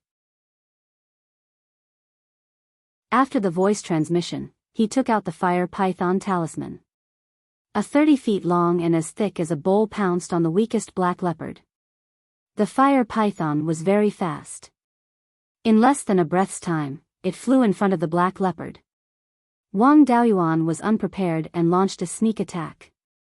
The black leopard didn't react in time and was entangled by the fire python. The fire python was completely composed of flames. It didn't have the physical strength of a real python, but the burning of the flames was enough to make the black leopard suffer. As the saying goes, having an elder in the family is like having a treasure. The 6 elders of the Wang family were not to be trifled with. The black leopard circulated its spirit energy, wanting to extinguish the flames. Wang Daoyuan wanted to take out another talisman. Before he could ask his 6 granduncles for help, they seized the opportunity and attacked the black leopard together. When Black Ape and the tiger saw this, they immediately went to help. Wang Shui and Wang Daoxing received Wang Daoyuan's voice transmission and were already prepared. As soon as Black Ape and the tiger moved, the two of them immediately stopped them. Wang Shui cast a spell. A ball of water spirit energy turned into a water dragon. It was the famous water-type spell, Water Dragon Spell. The Wang family's Water Dragon spell was very different from the one circulating in the outside world. It was modified by Wang Qingzu. Wang Qingzu had a spirit beast in the past. It was the dragon fish that was used as the Wang family's emblem. As a dragon species, the dragon fish was proficient in water-type spells. Wang Qingzu was also a golden core cultivator who specialized in water-type techniques. After their modification, the water dragon spell's power was greatly increased. After the water dragon was formed, it carried a dragon's aura. When used against demonic beasts, the demonic beasts would cower before the spell. The original water dragon spell was only a second-level inferior grade spell, but after the modification, it could be advanced. Cultivators in the late stage of Qi refinement could start cultivating it. The upper limit was unknown. An ordinary water dragon technique only had the general shape of a dragon. However, Wang Shui's water dragon technique had the dragon's whiskers fluttering in the wind and its scales spreading out. Every part of the dragon's body was exactly the same as the legendary divine dragons. The 5-foot-long water dragon pounced on the tiger. The tiger didn't have time to save the Black Panther and fought with the water dragon. The dragon's roar and tiger's roar were endless. Wang Daoxing was already wearing the golden armor of the golden armor talisman. When he used the golden glaze body art, golden light shone everywhere like a god. He went forward to stop Black Ape and started a hand-to-hand fight. The people of the Li family who were guarding the small hill were stunned. They had heard that the Wang family's water dragon spell was extraordinary, but they didn't expect it to be so powerful. Wang Shui used a spell that he could casually cast to defeat a demonic beast of the same level. One had to know that demonic beasts had strong bodies and were generally stronger than cultivators of the same level. If they had the bloodlines of high-level demonic beasts or even divine beasts, they could easily kill human cultivators. Although tiger-type demonic beasts didn't necessarily have high-level bloodlines, as the king of beasts, their combat ability was far superior to ordinary demonic beasts.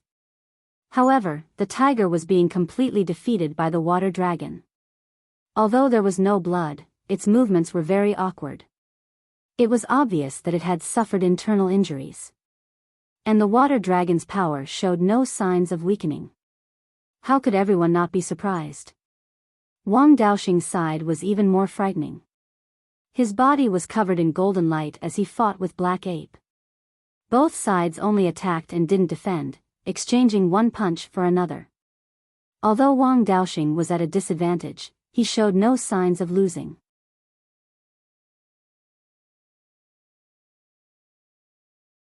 Chapter 34. Ape-type demon beasts were known for their strength and agility. The actions that humans could do, apes could do. The actions that humans could not do, they could still do. In addition, they were extremely strong and could use weapons. In terms of physical combat, ape-type demon beasts could be said to be invincible among their peers.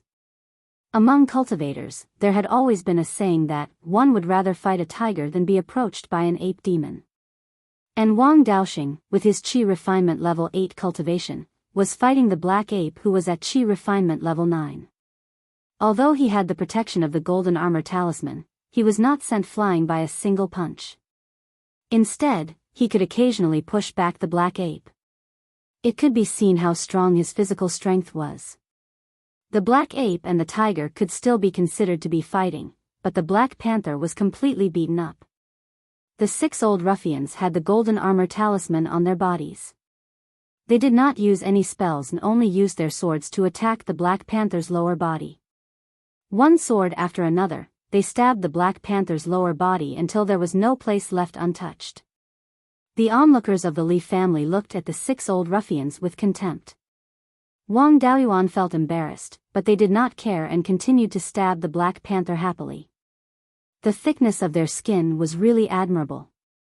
The Black Panther was still wrapped around the fire python and could not move. Most of its fur was burned and it had no strength to resist. It could only let out a shrill roar. Wang Daoyuan took advantage of the Black Panther's opening roar and stabbed his sword into its mouth. The Black Panther died immediately. The Black Panther completely withdrew from the battle. The 6 old ruffians locked their eyes on the tiger. On the Black Ape's side, Wang Daoxing was at a disadvantage. The Black Ape's physical strength was too strong and they could not interfere at all. On the other hand, the tiger's situation was much better. The tiger was pressed to the ground by the water dragon.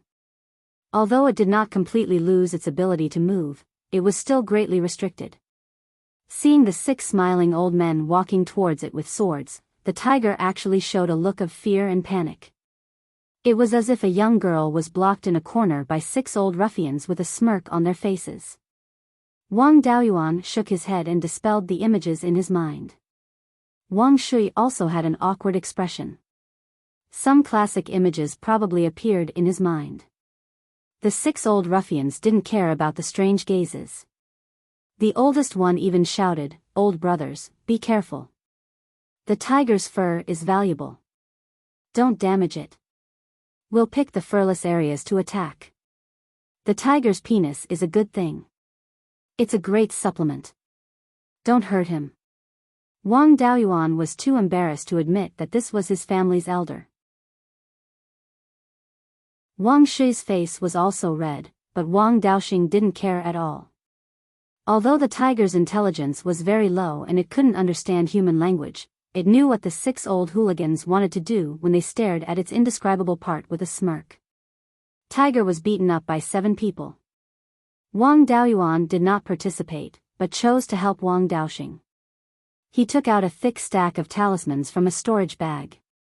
Then, he dipped his right hand in some saliva and started counting them in front of the Black Ape, just like how he counted money in his previous life. The ape-type monster beasts had relatively high intelligence. The intelligence of a first-rank monster ape was comparable to that of a 10-year-old child. It already had the concept of quantity. Looking at the thick talisman in Wang Daoyuan's hand, if he were to throw it at it, it would probably explode into nothingness. The Black Ape watched with trepidation. While it was distracted, Wang Daoxing seized the opportunity and punched its head a few times. The Black Ape flew into a rage out of humiliation. It waved its fists and attacked Wang Daoxing with all its might. Out of the corner of its eye, it glanced at Wang Daoyuan. It saw that Wang Daoyuan had already finished counting the talismans. He took out a brand new talisman and flicked it a few times with his finger, just like how he received brand new banknotes in his previous life. The Black Ape naturally didn't understand the meaning of Wang Daoyuan's actions. Even the onlookers didn't understand. Wang Daoyuan held the talisman and was about to throw it out when the Black Ape hurriedly dodged. Wang Daoxing took the opportunity to close in and the Black Ape's stomach received 2 more punches.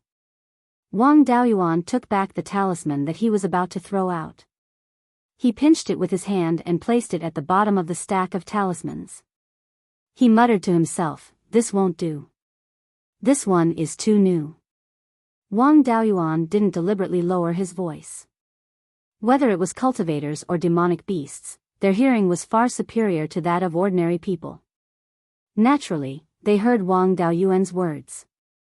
The Black Ape didn't get angry when it was beaten down, but it was almost angered to death by Wang Daoyuan. The Li family's onlookers couldn't help but burst out laughing. The Black Ape was furious. It wanted nothing more than to immediately rush up and beat that hateful brat to death. However, with Wang Daoxing in front of it, it could only think about it and continue to fight with Wang Daoxing. There was someone holding a stack of talismans to deal with it. It didn't dare to fully concentrate on dealing with Wang Daoxing. Instead, it divided a part of its attention to guard against Wang Daoyuan. The man and beast exchanged 2 or 3 blows. Wang Daoyuan took out another talisman and threw it at the Black Ape. The Black Ape immediately dodged. Wang Daoxing took the opportunity to punch it a few times. Just like last time, Wang Daoyuan took back the talisman. After going back and forth like this for 5 or 6 times, the black ape had also been beaten up 5 or 6 times. It had made up its mind that it would no longer care about the fellow who only knew how to scare apes. It would first take care of the fellow in front of it who dared to fight with it. Wang Daoyuan tested it 2 more times. The black ape completely ignored him and decisively took out a golden sword talisman. Most metal-type spells had sharp characteristics and were suitable for breaking through defenses. This black ape's body was very strong. Fireball talismans, fire python talismans, and the like couldn't cause any substantial damage to it. But the golden sword talisman was different. Even if it couldn't seriously injure the black ape, it would be no problem to injure it. A small 3-inch sword flew out from the golden sword talisman. Wang Daoyuan aimed at the back of the black ape's right knee. As long as it hit, the power of the golden sword talisman could definitely cripple the black ape's right leg. The black ape was completely focused on fighting Wang Daoyuan and didn't pay attention to Wang Daoyuan's actions. It was only when the small golden sword was less than 3 meters away from it that it noticed. Unfortunately, it was already too late. Before it could dodge, the golden sword pierced its right knee joint. The full power of the golden sword talisman was stored in the knee joint. One of its tendons was directly cut off. Its knee joint couldn't move and it completely lost control of its lower leg. At this moment, Wang Daoxing threw a punch. The black ape subconsciously parried with both hands and diverted the force to its right leg. But its right leg was basically crippled. It was already difficult for it to support its body, so how could it withstand Wang Daoxing's punch? It was directly knocked to the ground by this punch. Wang Daoxing took advantage of the situation and rode on the black ape's body. He attacked its head left and right. In less than 20 breaths, he had punched it over 100 times. After being punched so many times in the head by an opponent of similar strength, the black ape couldn't take it no matter how strong its body was. It immediately breathed its last. Wang Daoxing was a little unhappy because he didn't rely on his own strength to defeat his opponent. However, he also knew that this was a battle of life and death.